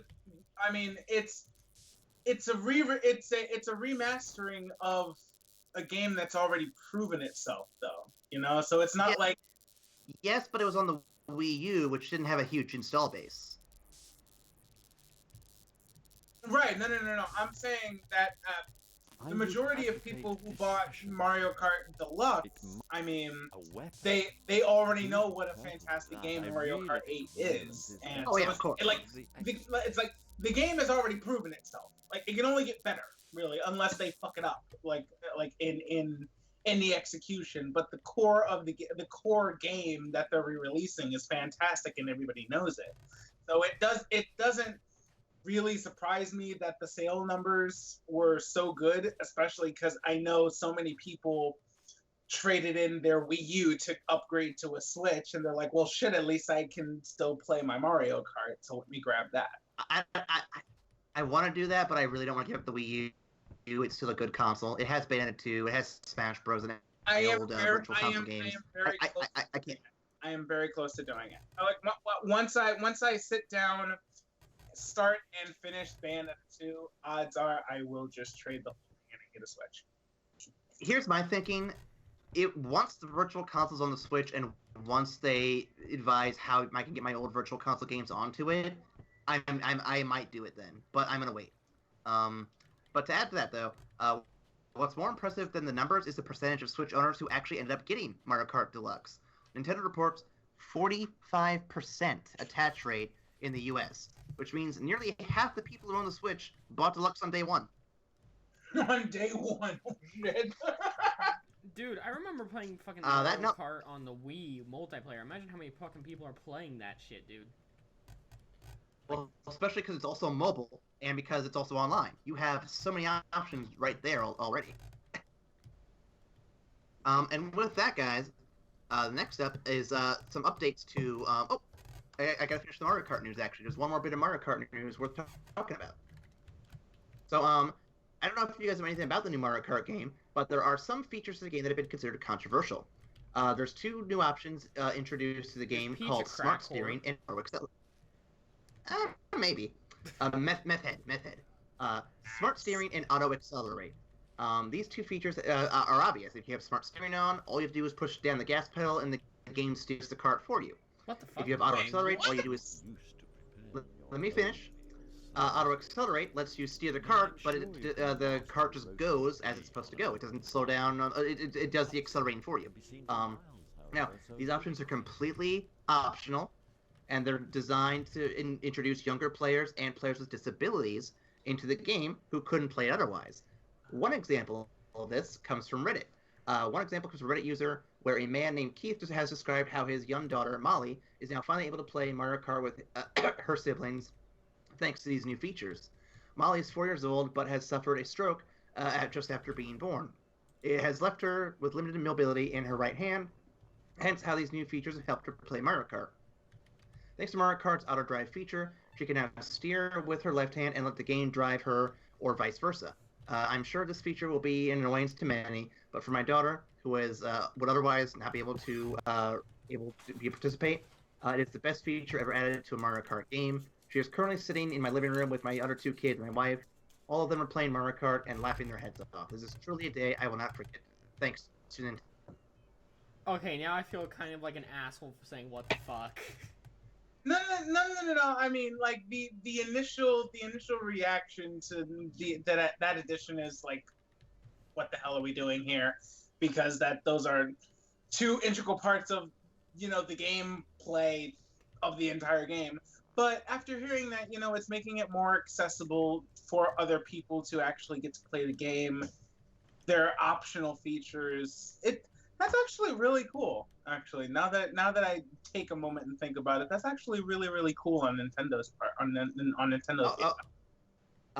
Actually, so on the subject here, Jim Sterling of Jimquisition actually did a whole video on this, and he was derailing people who were saying this is a horrible feature. And his whole thing was it adds more accessibility to people. Plus, he demonstrated that both these features aren't very good if you know what you're doing. If you have smart steering on, you just stay to the course. You don't go to any shortcuts or anything. And if you have auto accelerate on, you're gonna miss all the drifting and whatnot you can normally be doing. Yeah. So it allows people to play, and if they're decent enough at the thing that they're controlling, the steering or the accelerating, whichever one they have on, then yeah, they might do fine. But if you have them both on, if you're not actually playing the game, as he demonstrated in his video, he got last place on an online match by not touching the controller at all and letting the game play it for him. So there's really no cheating involved, and there's really no advantage to doing this. If you know what you're doing and know how to play the game, this is just going to slow you down more than anything. So yeah, his only complaint was that these features seem to be turned on by default, and he wishes there was a way that they would just start off by default and they would let you know how to turn them on and off with ease. But other than that, he says these features are very welcome. And I agree. I think this is a really good idea. It is a really good idea. And honestly, the first thing that I thought when I heard, like, oh, well, you can just hit accelerate and let things steer for you. I'm like, wait, but you're putting the kettle on. But Drift Master, you have to. It's not just staying on course and hitting the gas pedal like racing on Mario Kart in any other game, in any racing game is more than that. And if it's just gonna auto do the basics, then you're never gonna get to go past that. So I was sitting there like, why would that even be an option? But yeah, adding more accessibility to the game is actually really, really cool, and I really like that. That's real nice. Yeah, I'm hoping that this game is still very popular when I eventually get around to having kids, because this is gonna be one of those games I'll be like, listen, this will let you play it without the full thing, so you can learn how to do all the basic stuff and not have to feel overwhelmed all at once. I think it's a really good idea. So good to Nintendo for making a very awesome design feature for the game. Okay, good job. Aaron, for fuck's sake, you gotta make those little boys into men, and that's how you're gonna make them into men. You gotta force them to adapt. Max. Yeah, no, my kids are gonna start, unless they have like actual disabilities that they're dealing with. My kids are gonna start on the real controls. They're gonna start on the N64 version, motherfucker. We're gonna teach them how to do the thing. Max. I'm gonna start them on this when they're like 2 or 3, when they're just barely able to hold the damn thing. When they're 4 or 5, when they're actually able to hold a controller, then I'm throwing Dark Souls at them. They can't stop me. No. Dark Souls coming for them. Wait, No. Well, I see what you're doing. You're just raising the bar completely so high instantly that they can't even fucking reach it. Max, Dark Souls is not that hard. Now, if I wanted to throw Battletoads at them, that'd be unforgivable. They will either become the greatest gamers the world has ever known, or they will just never touch a video game again. Be like, fuck it, no, we're done. What the fuck is that? Alright, so, Aswin. I just need to notify everybody that's watching. I just saw some big-ass motherfucker, like Henry VIII looking asshole. Maybe it was Sasquatch. Is that a fucking giraffe? Anyway, last bit of the Nintendo-specific news before we get into the corporate cockblock. Nintendo, when they launched the Switch, you could not save your credit card information to the eShop, which made buying games online, especially a bunch of them at once, a little bit of a hassle. Finally, Nintendo has updated their system, so you can now save your credit cards to their eShop, making it so you can buy games very quickly and expediently, and not have to enter your information every goddamn time. So, hooray! Nintendo has done something that everyone else has been doing for ages. Ooh, shit. Guys, this may be the end for Max. Ooh, shit. Moving on, I have the corporate cockblock news, guys, and we have a few Nintendo items to get to before we get to a unique item of ours. Let's start with Breath of the Wild, a fan-made Breath of the Wild inspired 2D game. So as of when did this go up? As of May 1st, a fan-made Breath of the Wild game has been taken down by Nintendo via DMCA copyright takedowns, which isn't super surprising. But it's just another one I want to bring up of fan games by Nintendo products being taken down, despite the fact they don't make money, and despite the fact that Nintendo probably benefits more than it being taken down. But apparently this game was just a NES version of Breath of the Wild. So crazy. The other bit of Nintendo news in corporate cockblock here. Nintendo talks about the NES Classic discontinuation. To quote their PR, no, actually it was Reggie Fils-Aimé, I believe. According to Reggie, even with the extraordinary level of performance, we understand that people are frustrated by not being able to find the system, and for that we really do apologize. But from our perspective, it's important to recognize where our future is and the key areas we need to drive. We've got a lot going on right now, and we don't have unlimited resources. That part kind of is where this article comes from. It's Nintendo. They have a mountain of money, and they're wasting a lot of their resources on launching a new 2DS line on a handheld console, competing with their newer, more important handheld console. So I guess the question I'm having here is, what resources are they allotting into that they couldn't have allotted to the NES Classic? But for those who have kids who are wanting the NES Classic, just tell them, sorry, Grandpa Nintendo didn't have enough money to make you the NES Classic for you. Sorry, guys. I still can't believe they stopped. I still can't believe they stopped producing them. Especially with how much money they were making on that. They should have just kept going. It's just a piece of plastic with some ROMs on it. I don't see how hard it is. I mean, I guess they wanted to put the focus more on their newer titles, but I don't know. Fuck. All right. The last item for our corporate cockblock, and then we'll finally get into hype train, everybody. I promise. Is a article about a health insurance company. Now, this is really interesting because we don't normally do this, but I saw this on my Facebook, looked into it a little bit, and thought it was worth talking about. So let me read the article verbatim. It's really short, so it won't take too long. A newly formed health insurance company owned by a group of devoted Calvinists announced that they will not cover any health condition since was pre-existing and established by sovereign God before the foundation of time. The company, total deductibility... Hold on, Aaron, repeat that. You blinked out a little bit. I fucking hate this microphone. Okay. A newly formed health insurance company owned by a group of devoted Calvinists announced that they will not cover any health condition since every condition of humankind was pre-existing and established by sovereign God before the foundation of time. What? The company, total deductibility, state in its bylaws that pre-existing conditions may not be covered, which include every possible ailment, accident, all of which God foreknew and predestined to occur prior to the existence of the client's policy and time itself. What is the point of their existence? Be Firm was thrilled when the new GOP healthcare law, which drops the requirement to cover some pre-existing conditions, passed the House, according to the company spokesperson. We can now reject every single claim based on its pre-existing status, she told reporters. Whether or not the client was aware of this condition has no bearing. God sovereignly prearranged every condition before the dawn of the universe, and therefore we must refuse all claims based on this truth. End quote. End article.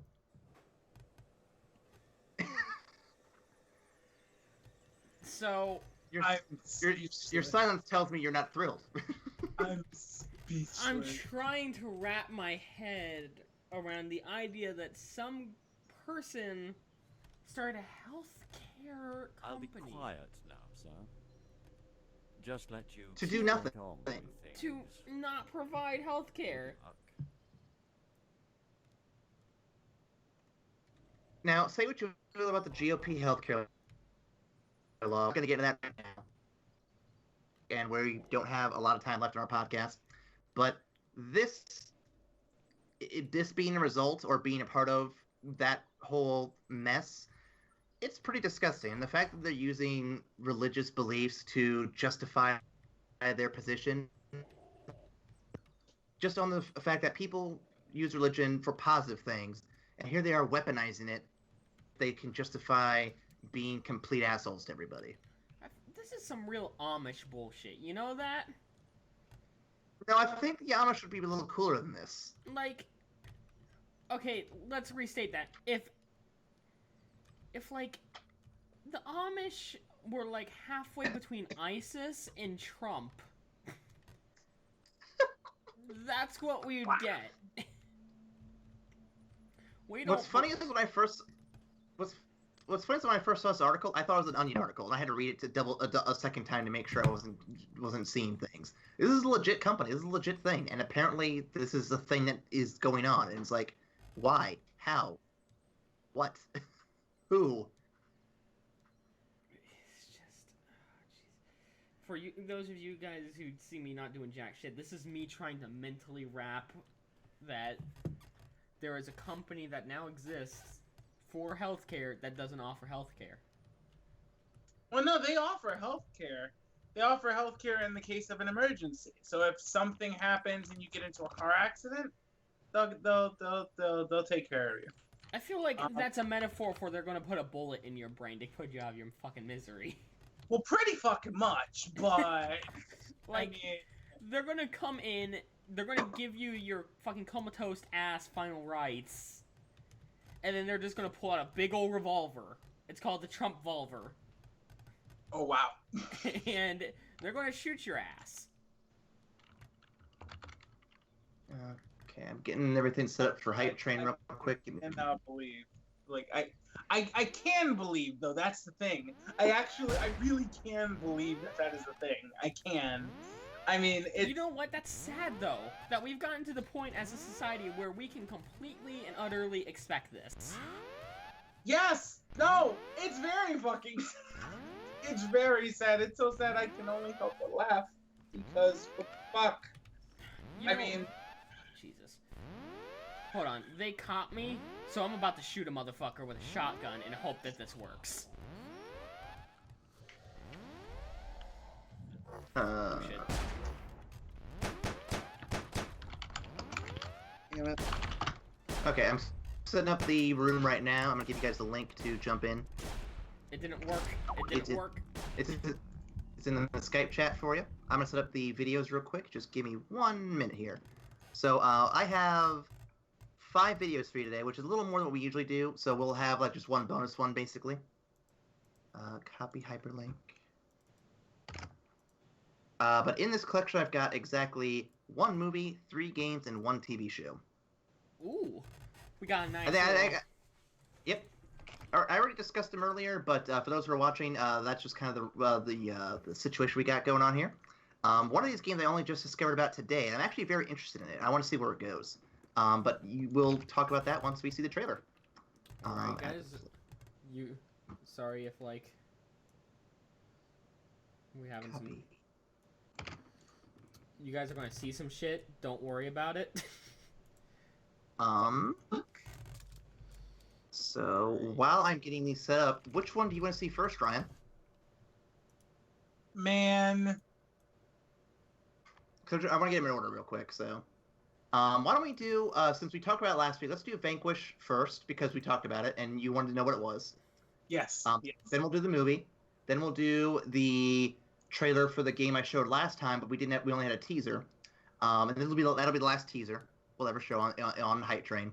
Then we'll go to Defenders, and then we'll end it up with the new game that I just heard about this past week. That looks very interesting. Is everyone ready to go? Yep. 1 second, I'm messing with the screen real quick. Okay, I was gonna say, because it looks like you have a fourth user here. I was a little confused for a minute there. Yeah, don't worry about it. I'm not worrying about it. I'm just gonna observe. I'm gonna be the watcher. Nice. All right, well that's not working, so I'm just gonna do the usual window capture or screen capture.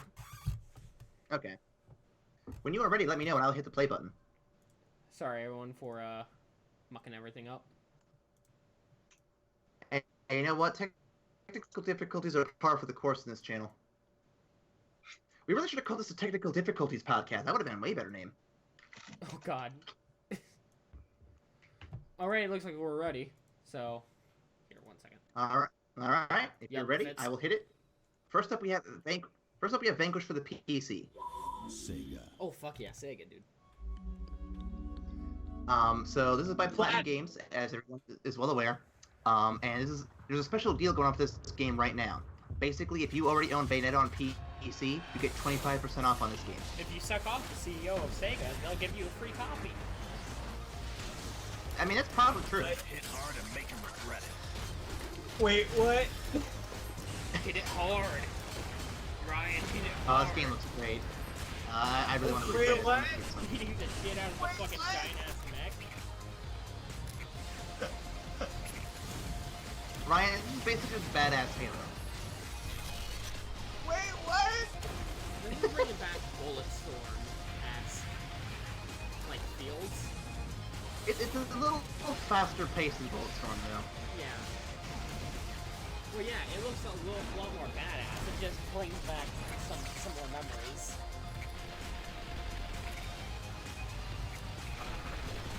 I love how unlocked frame rate is a selling point. Well, it kind of is, because on the consoles, they were locked in at 30 frames per second. On PC, it's limitless. Yeah, I know. Which is, of all companies, they're finally moving on to PC, where they can actually truly, like, shine.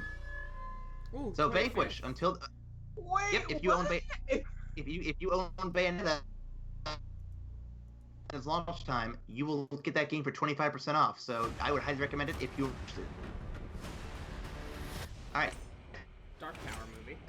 Alright. Yep. For those who don't know, Dark Tower is a series by Stephen King. That's all I really know about it, other than the fact it's got like a multiverse concept behind it. But yeah, enjoy the trailer.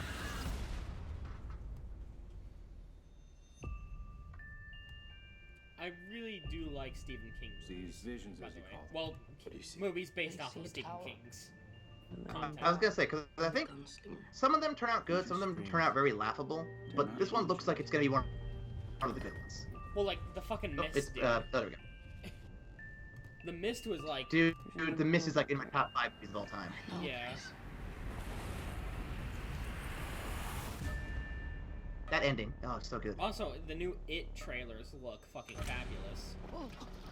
I was gonna put that in here, but like I said, I'm not doing repeats, and I think we were already convinced to check it out, because it looks pretty good. This dude is a badass motherfucker. Not anymore. Now, but correct me if I'm wrong, that's Idris Elba, right? That is indeed it yourself. The tower protects both our worlds. They kind of gotten a better guy for that role. He is Hell will be unleashed. top notch. I wish he'd be in more stuff. He's just so good. I've been hearing so much bullshit. Oh my god, it's supposed to be, why is he black? The gunslinger's supposed to be white. Never mind. might be fucking gone. stupid. Who cares? But mine As isn't. long as he plays the part well, You let I'm that tower fine. fall. Believe As long- Yeah, no, as long as he still- I've just I mistakenly looked at the fucking YouTube comments and was just like, oh, Oh, you shouldn't have done that. You shouldn't have done that. Right, and that's Oh, how I felt fuck. with the Death Note live action trailer. You clawing your way out of the darkness. No, I think as long as he plays the character in the persona well, or at least gives a good spin to it, I don't mind what color he is. Based He off could be the fucking. trailer, He he's could be really fucking good. Yondu for all I care. Based off the trailer, he's He who aims with his it hand looks has like it's gonna forgotten be the face good. of his father. I aim obviously I you mean- can't base it fully off the trailer, but like, I cannot shoot with my hand. Like, here's the other thing too. There were talks about him possibly being the next James Bond. I would love Idris Elba to be the yeah, next James fuck Bond. yeah, I'd be you- down for that shit. well, he seems like You he could killed play the that. part. Gun. Like, look at how badass he's been through this whole trailer. He would be a very interesting step from Daniel Craig. I would take it. I love the whole like pea shooter concept where he can like kill with my change heart. chambers in the fucking air. So I'm excited for that one. It looks really good. For not knowing much about Dark Tower, I'm excited. That, and by then I can watch rated R movies by myself because I'll be 17. So it's so You know good. what rated R movie you know what rated R movie should check out? Their very first one. Should Peggy check out 16. the director's cut of Batman vs Superman. Jesus.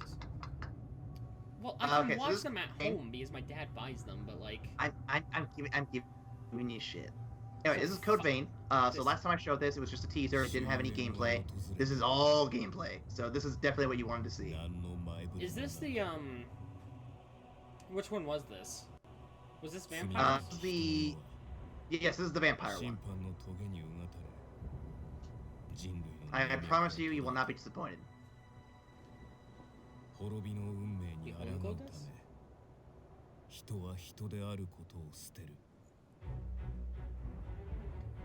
Ooh, this fucking soundtrack, dude. Oh yeah, it's pretty good. It's pretty baller.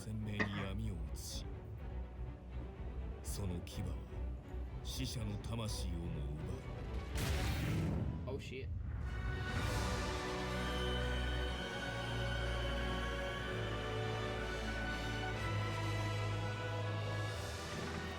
Oh shit. Parry. Oh yeah. Fucking parry. These enemies look pretty fucking baller.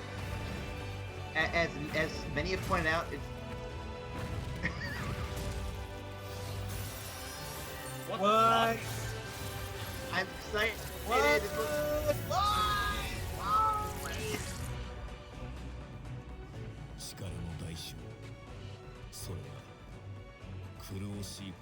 Yo, I want to be a fucking vampire, dude. Actually, wouldn't it be more anime Bloodborne since it's got the whole blood thing going on? Yeah. I'm getting a very From Software feel from this game. Oh man, these monsters look so good too. They're like Cthulhu's. Little baby Cthulhu's. Little baby Cthulhu's. Well, who's this badass motherfucker right here? I wonder if he's the main villain or if he's your player character. Zane. So I don't need you guys to say it, but I imagine you guys agree this is a step up from the trailer I showed last time. Yes. Yes, this Okay. is... This got me more pumped for it than the last game. The last trailer, I mean. Okay. This actually makes me really want to buy it. Okay. Ooh. Show. You have interrupted This is the one I think we're all looking investigation. Ryan. forward to see how it turns out. Ryan. You stole Is evidence this- from my crime Is this it? scene. Is this the thing? This is a You thing. got This my is the one thing. lead killed. I was trying to help him, but you didn't. Jessica Jones. Oh, look, get all beat up. What the hell happened? Who the hell are you? My name is Matthew Murdoch. I'm your attorney. Motherfucker. There he is. There he is. Hey, Now, Ryan. guys. It's Boy. that boy, except blind version and way more How does being badass. Harlem's hero allow you to Is live that an Luke Cage? actual Is that life? Right now, I Yep. just want to help people. Yep. Now, here's the thing. I think I would there's have paid something all the you money need. had it not been Daredevil, but She-Hulk that walked in the room. That would have been fucking killer. Who are you? Who are you?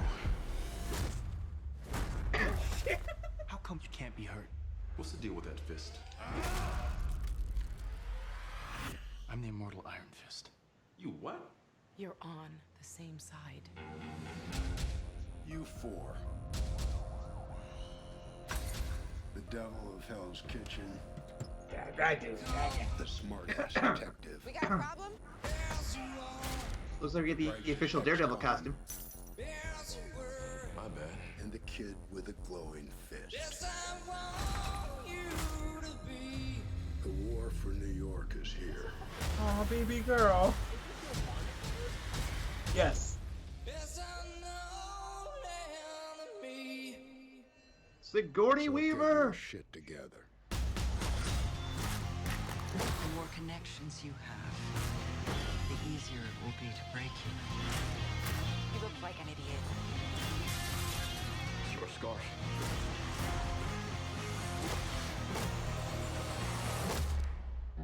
That was fucking badass, dude. We make quite a team. No. What are you talking about? I'm really hoping this makes up for the lackluster Iron I'm Fist. ninja. Whatever it is you are. Classy. I don't really dig the cover though. I'm really hoping it makes up for the lackluster Iron Fist because I've not heard good things about it. I've not had a chance to see it, but that looks good though. That looks good. You got to. They are in the briefing room. Yes, ma'am. Hollywood. So this is the last item here. This is one I added just because I thought it looked interesting. I hope you guys enjoy it. Look here. See these three? They call themselves the Franchise Force. Good to know none of this is going to their heads. Hell yeah! Franchise Force is back in action. I gave us a nickname. You can't just give yourself a nickname. This is Hollywood, ostentatious showboater, reality TV star, and former adult film actor. When I need over-the-top and unnecessary spectacle, then Hollywood is my top pick. Just walked into the danger zone. So in case you hadn't caught it yet, this is by the same guys who made the Saints Row series. But I'm willing to overlook certain peccadillos if I still get results. And Fortune, with those pistols of hers and attitude to spare, gets me results. Plus, she makes good use of her drone glory. Go get him, Glory! I'm ready to dance when you are. The captain approves. And yes, there's Hardtack. Everybody loves him so. You want me to fuck it up, don't you? Don't you? He's big, he's loud, and nobody enjoys annihilating Legion more than he does. I almost worry about him. Almost.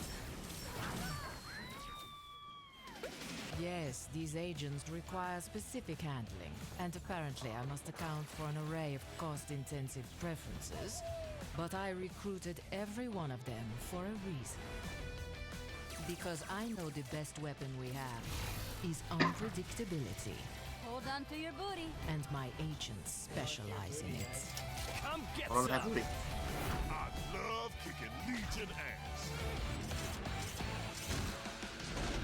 So I don't know if it's going to be multiplayer or not. I'm assuming it is, but it looks like it's going to be fun. I can't say if it's going to be great, but I know it'll at least be fun. You want to hear a fun fact? What's the fun fact? I go by Voltron's office almost every day. Oh, you mean Volition? Yeah. Alright, so those are our 5 trailers, guys, and the rule's going to be we get to bane, marry, kill, or friend zone all these trailers, with the rule now being you can only bane and marry 1 trailer apiece, so you can't just double up on both of those. But we can friend zone twice. Oh yeah, you can friend zone 2, you can kill 2, whatever you want to do. Okay, well, can I start off? You already have it picked out, huh? Well, kind of. I have an idea. Dude, What I do you am got? going to, like, fuck the shit out of the vampire game. Like, that shit is the best shit.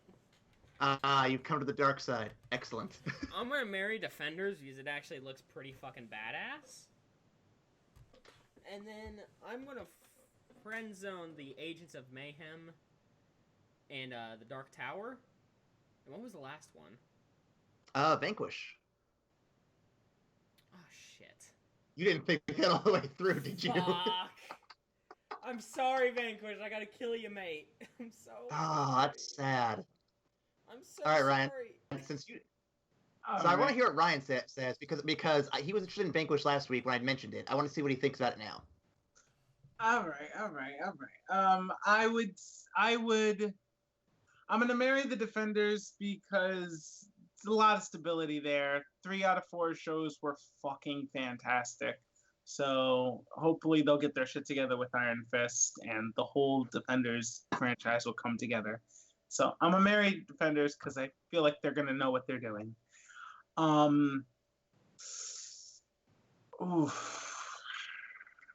did not make it easy for you this week, did I? No, you didn't. I am. Fuck. Hold on. Let's make sure I'm looking at everything.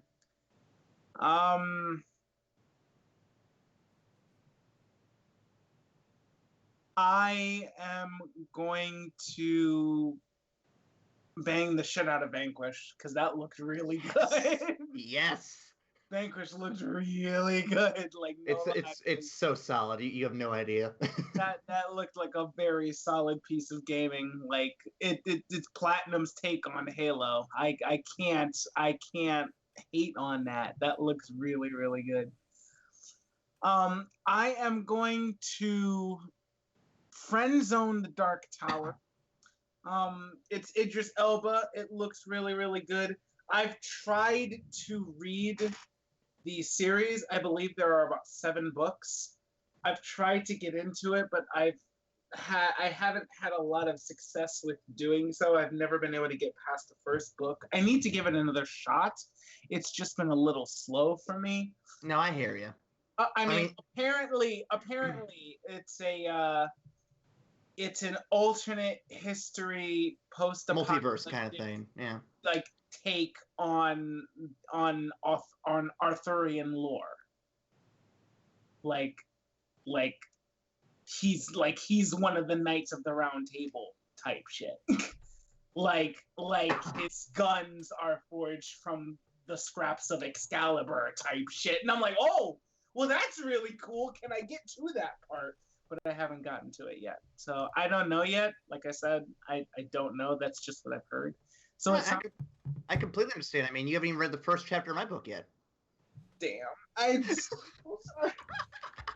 I'm such a shitty. I'm so sorry. I couldn't resist. It was there. You opened it for me. I had to take it. I really did. And it's not a personal thing. I just haven't been reading like at all as much as I want to. I know.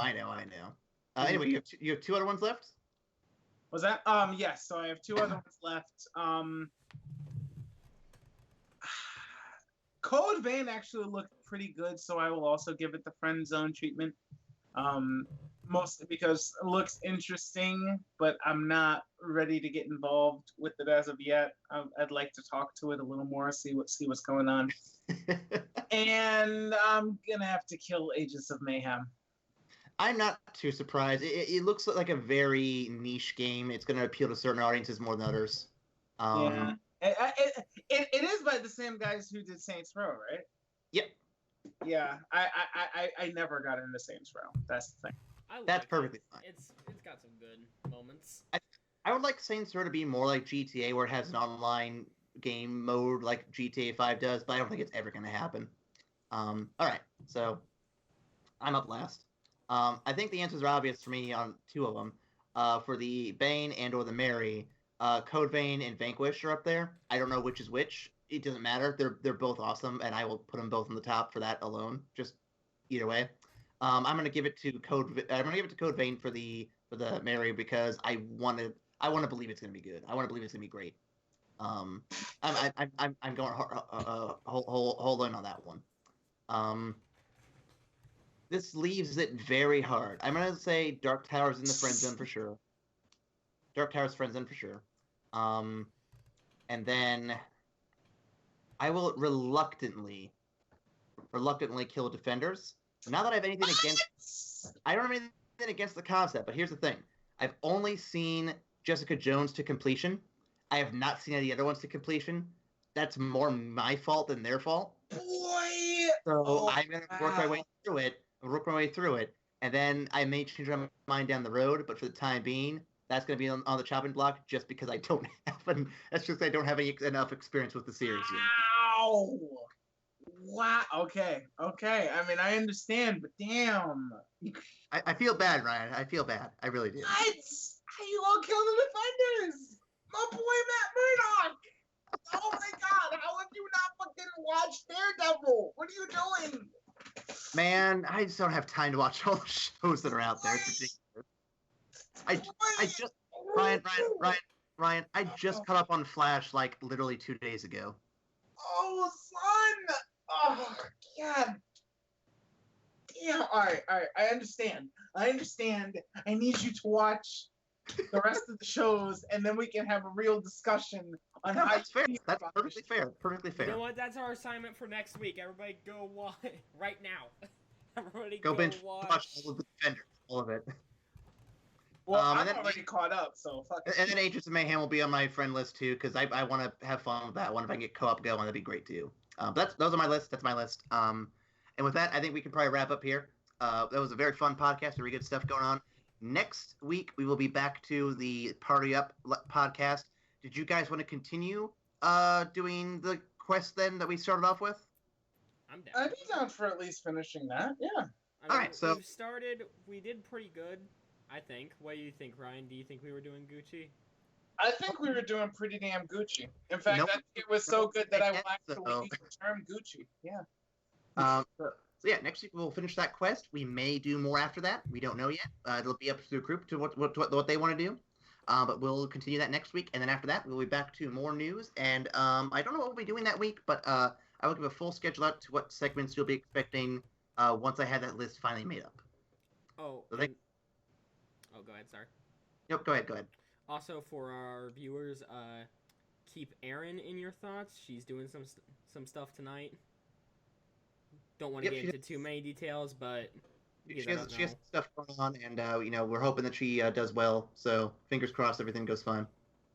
It's nothing too serious, by the way. With that last statement, it's just keep her in your thoughts, everyone. Yeah. And with that, I think it's a good time to wrap it up. Good night, everybody. Night.